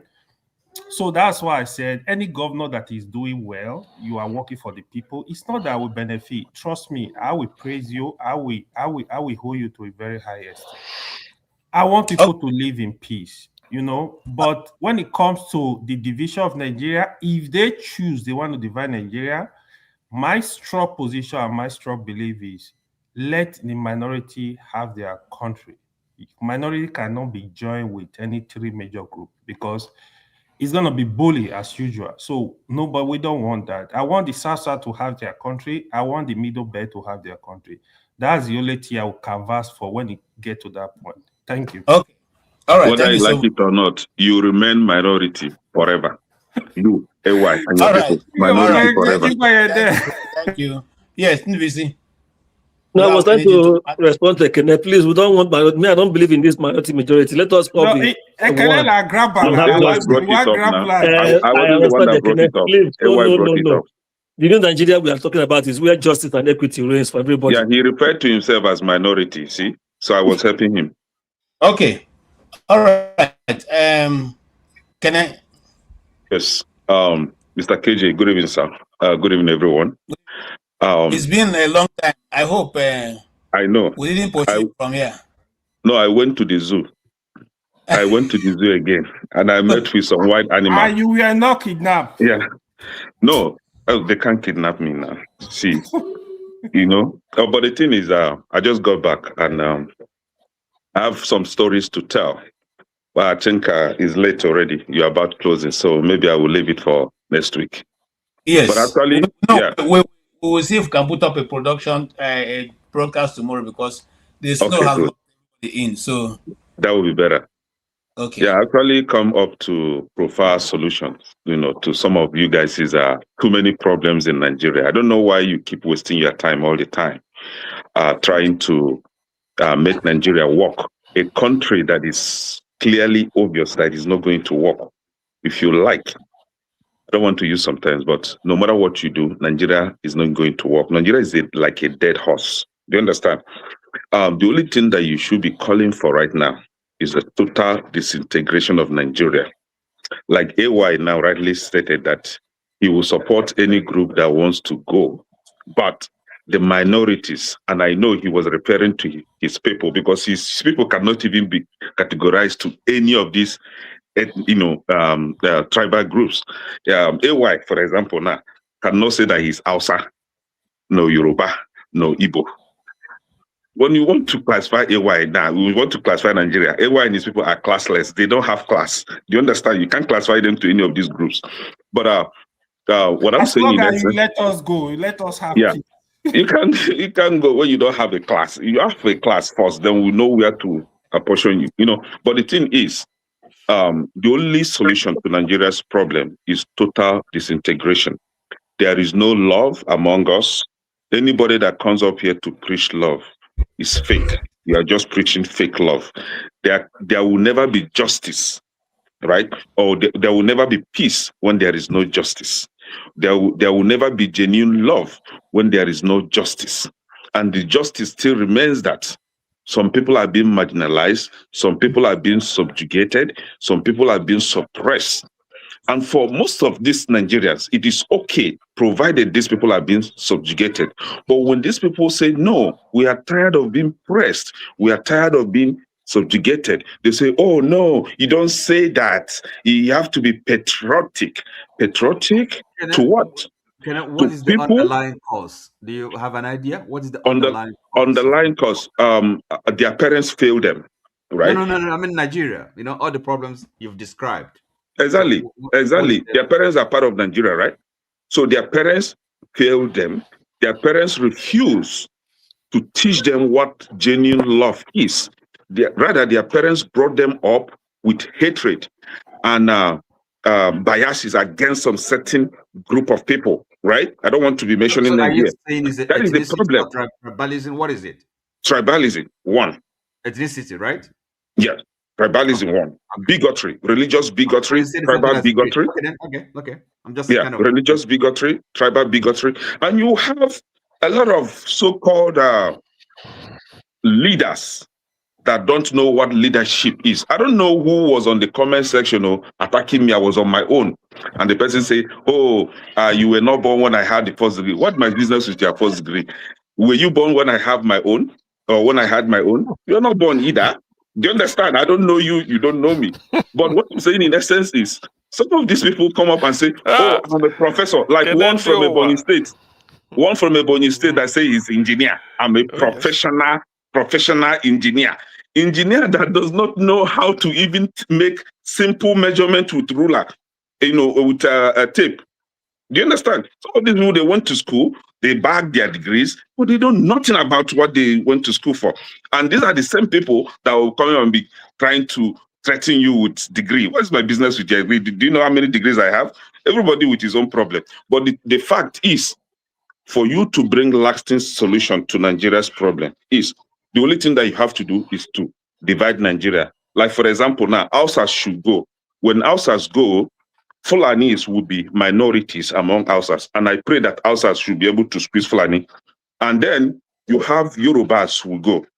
Yorubas go, I don't know who will be, Yorubas are, I don't know. But I don't know who will suffer under them.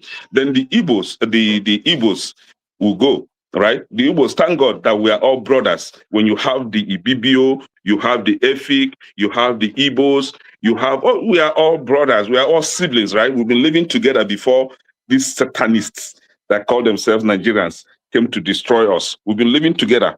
But thank God, a lot of us are waking up today that we're beginning to realize that we are one and same from the same. So we'll go. If you don't want to go, that is fine. If you don't want to go with us, that is okay. You can remain wherever you want to remain. That is no problem. We are not asking, begging you to go with us.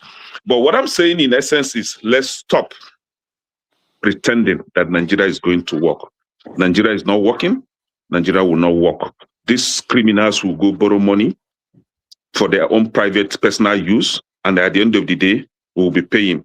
Just within 4 days now, I've received 3,500 naira or more for, they call it federal government stamp duty.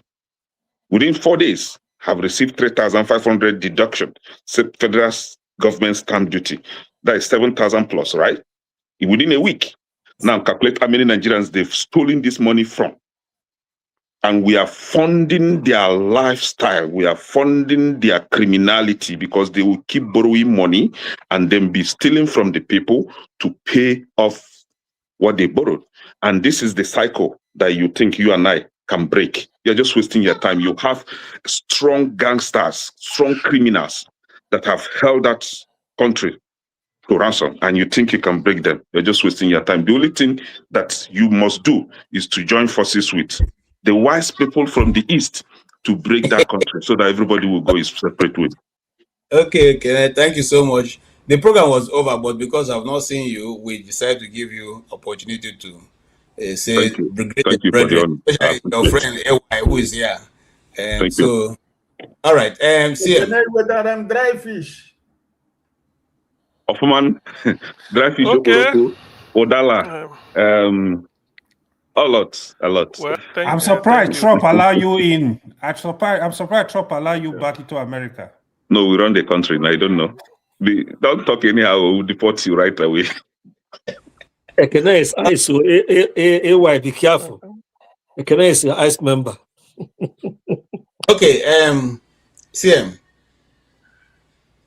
Okay, KJ, thank you very much. Am I coming out clearly? Let me know. Yes, sir. I You're was coming sleeping before I woke up.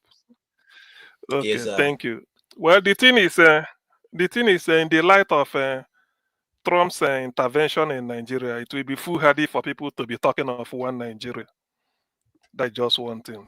There's really no point. I know people can delude themselves into believing that Nigeria is this, Nigeria is that. It's up to them, but I don't know why some people should be afraid to be on their own. You see, one thing I've noticed on this channel is this. I think I've made it known to Rudolph.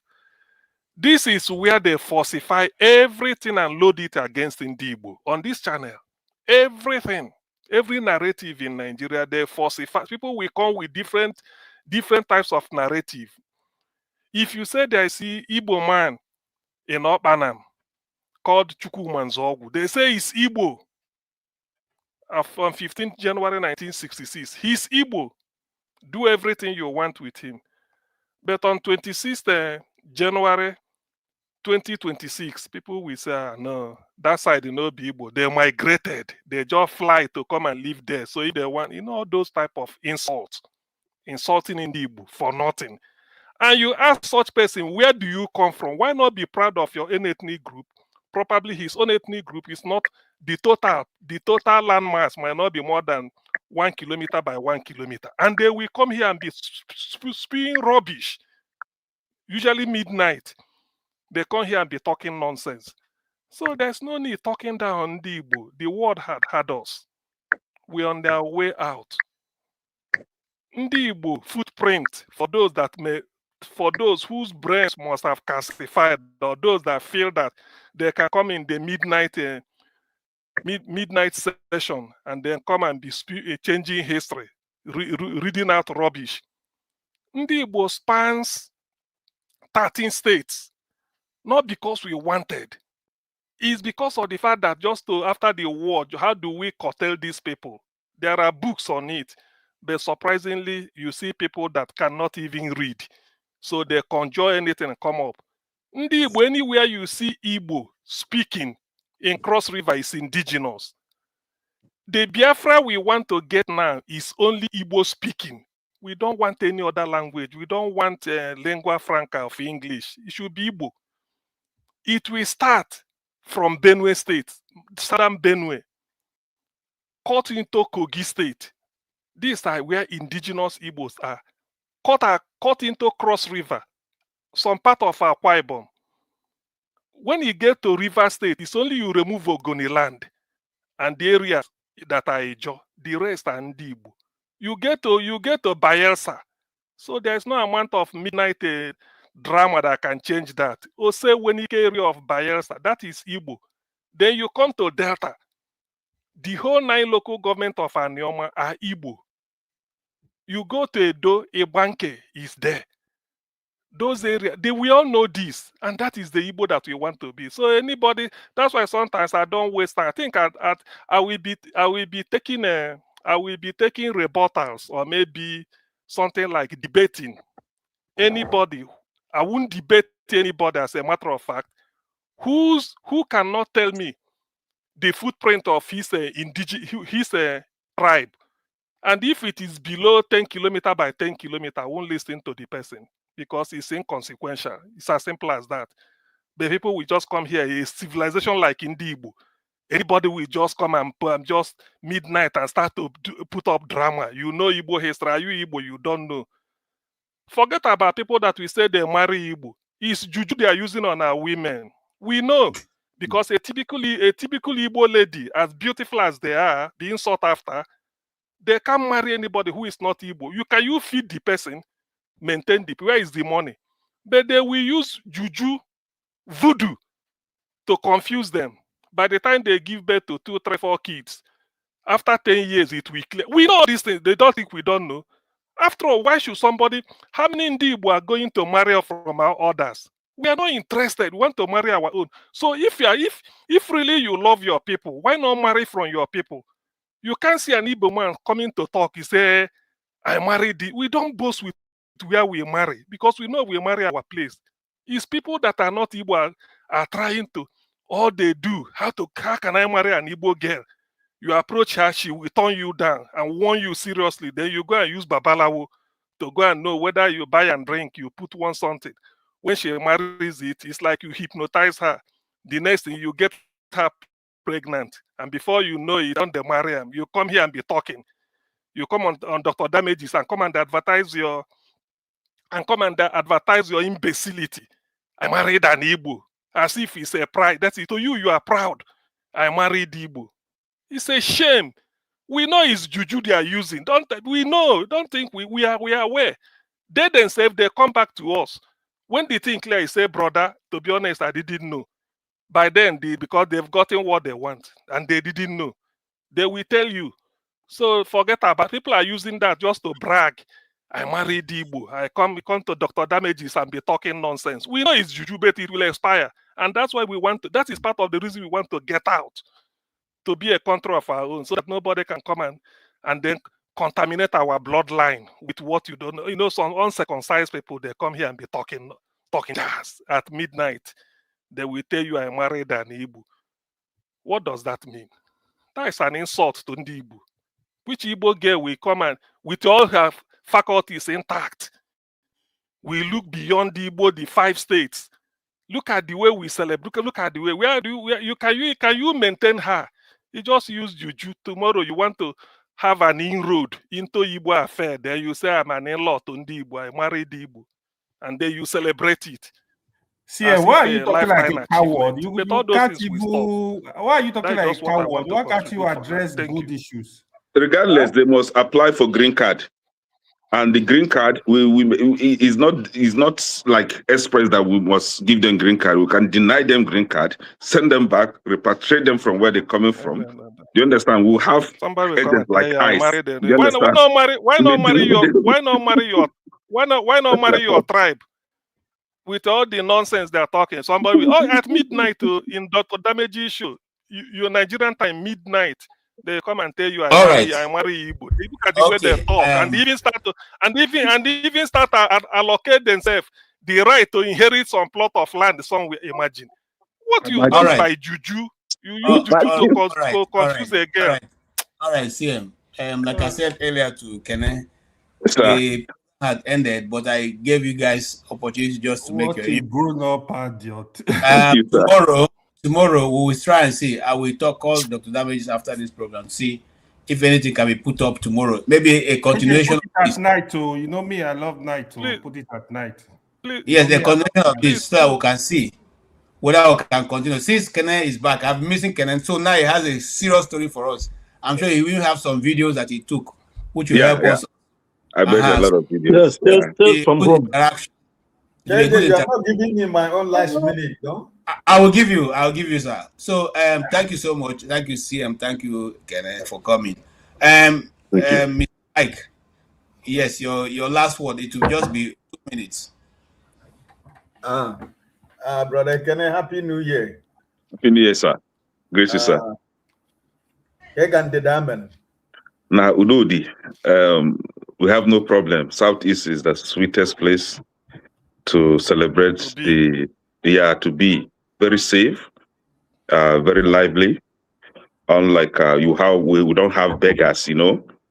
Unlike other places where everybody has turned to a beggar, shameless beggars everywhere, kidnapping everywhere. But in Southeast, why are you looking for trouble now? Why are you looking for trouble? But I'm saying the truth now. I'm saying what I experienced. Let's end this program. We are looking for trouble. We don't beg, and we don't live in shacks. Look at look at the type of house. We don't live in shacks in Southeast. That's why when people say go back to your land, hey, you do this. We don't live in shacks.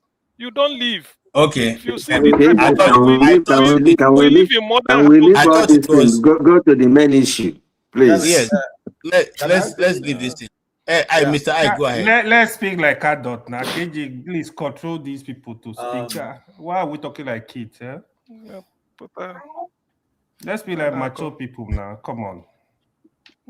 I mean, so for God's sake, well, if we want to be serious, we be serious. I mean, somebody cannot come go ahead now. Punishing your credential. You hypnotize the Igbo girl, say you the marry him. That one I kidnap. No, Igbo girl will marry him. CM, yeah, why? You don't want to say there are so many. Even me, I define wife for Igbo now. Maybe I'll call in a village. Call do that one.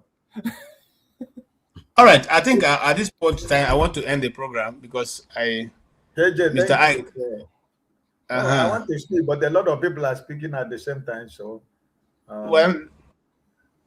okay. So, what is important? Gentlemen, what is important is that let us end it here. Let us end it here. Everybody has done their best, and we have tried to keep it within the time limit that is accepted to Dr. Damage's show. But we have exceeded that by 18 minutes, and I want it to end here so that tomorrow we can be able to reschedule again and then have everybody back. Since the snow has blocked us in, please be safe. Drink a lot of tea and coffee, and don't go outside if you must not. I see that the snow is almost like 7 inches here or more, so it's not going to be easy to clear it off by tomorrow. I want to thank all of you who have been part of this program. AY is allowed 4 Igbo women. Well, I don't know how many Igbo women that will allow you to take that. Hey, four. I'm permitted. Thank you, Colata. This brother is from Washington. He's living in Washington State. He said his doors and windows are blocked. He can't go out. Yes. So, Pastor Ike, are you talking to us? Who is living in Washington State? I'm talking to my Okay, wife. let him speak now. He has something to say before you close. Oh no, he has moved on. No, he has moved to his wife business now. So let us close. Okay. Okay. All right. So thank you so much, every one of you. Ike, thank you for coming and being with us. We really appreciate your contribution every time, and your contributions can never.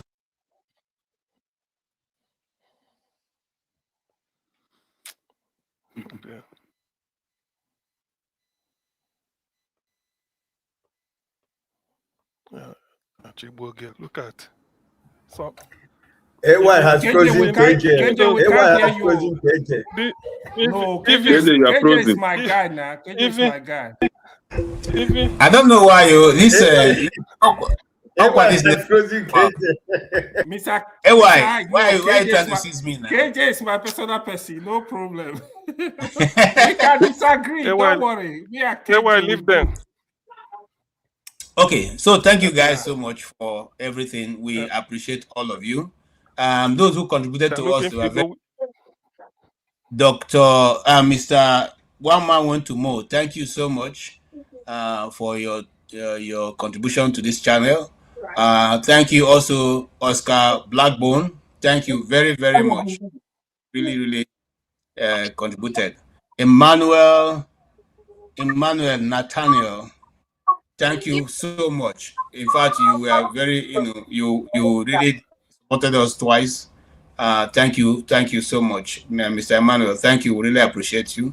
Kulata, my friend, today you didn't show your face. It would have been good to have you on the show, but if you can, tomorrow we'll be here and also join us. Mr. Oscar Blastone again, thank you so much. Kulata again, thank you so much. We really appreciate all your contributions. At least the cup of coffee will not dry on our tables. And for all those who are on the keyboard, Adama, thank you for also coming in to help. And everyone who worked behind. So many to mention. Oscar Black Bones, Light, B221, Shegun O, Felix Fidel, Boom Boom Ray, hey, my good friend. You didn't come in today. That's not so good, We like diverse opinion, we must not agree with what you say, but we can always accommodate each other. That's how life is lived.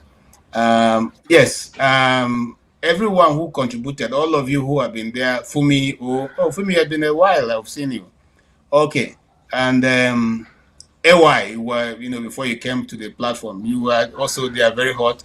All of you make up the program. Without all of you, we cannot hold this program. So thank you for your time. KJ, sorry.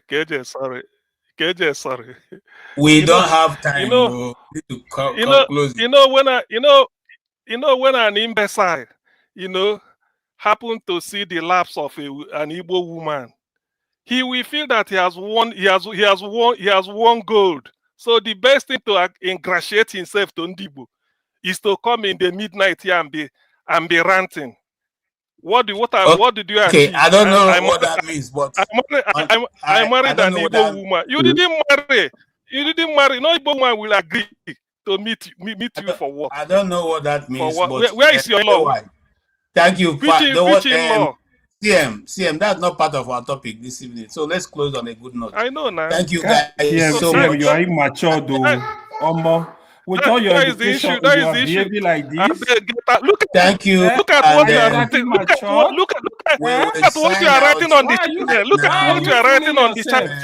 Look at what you are writing on the chat. You are not even. You are just an imbecilic bastard. Look at what you are writing on the chat. Look at what you're going to chat to be writing. Thinking I won't find out. You married an Igbo girl. Who gave you Igbo girl to marry? a Muslim to come and marry Igbo girl? Where? Who is your in-law? Who gave you to marry that Okay, I Igbo girl? don't Which Igbo understand girl why we agreed to you? That Igbo girl. Can you which Igbo girl? Forget about all those juju. That's why we want to get Biafra and get away. Can you look? Imagine which Igbo girl will agree to AY? Where do you come from? Yeah, why are you fooling yourself online? Where do you come from? This thing now. Where do you come from? Be proud. Now, why not stay your own? Come here. All he talks is, I married an Igbo girl. Get out, Joe. Just talk. Yeah, you see, why that's are you why when so you see immature? imbeciles like this, that is too private affair to come and bring here. You married Igbo. How can Igbo girl agree to you? Which Igbo girl? If indeed, show who is your in-law? Mention the name. Don't mind this thing. Don't. See how you are funny, wallahi. You just behave like a kid. Why are you behaving like that, eh? Go up, man.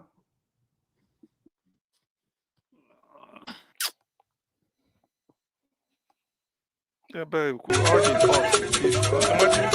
Imagine the drag married. Oh dear. And then one night.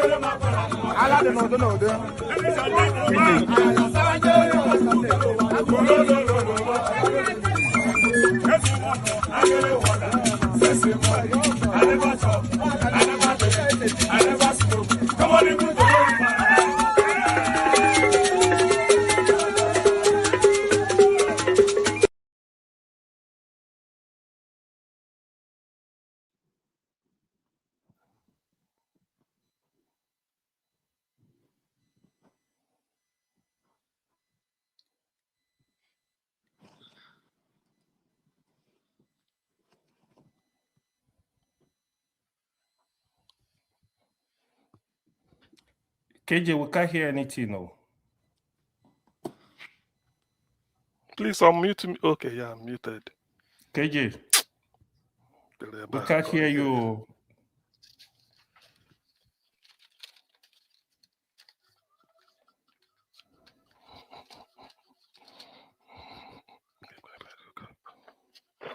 What are we going to do?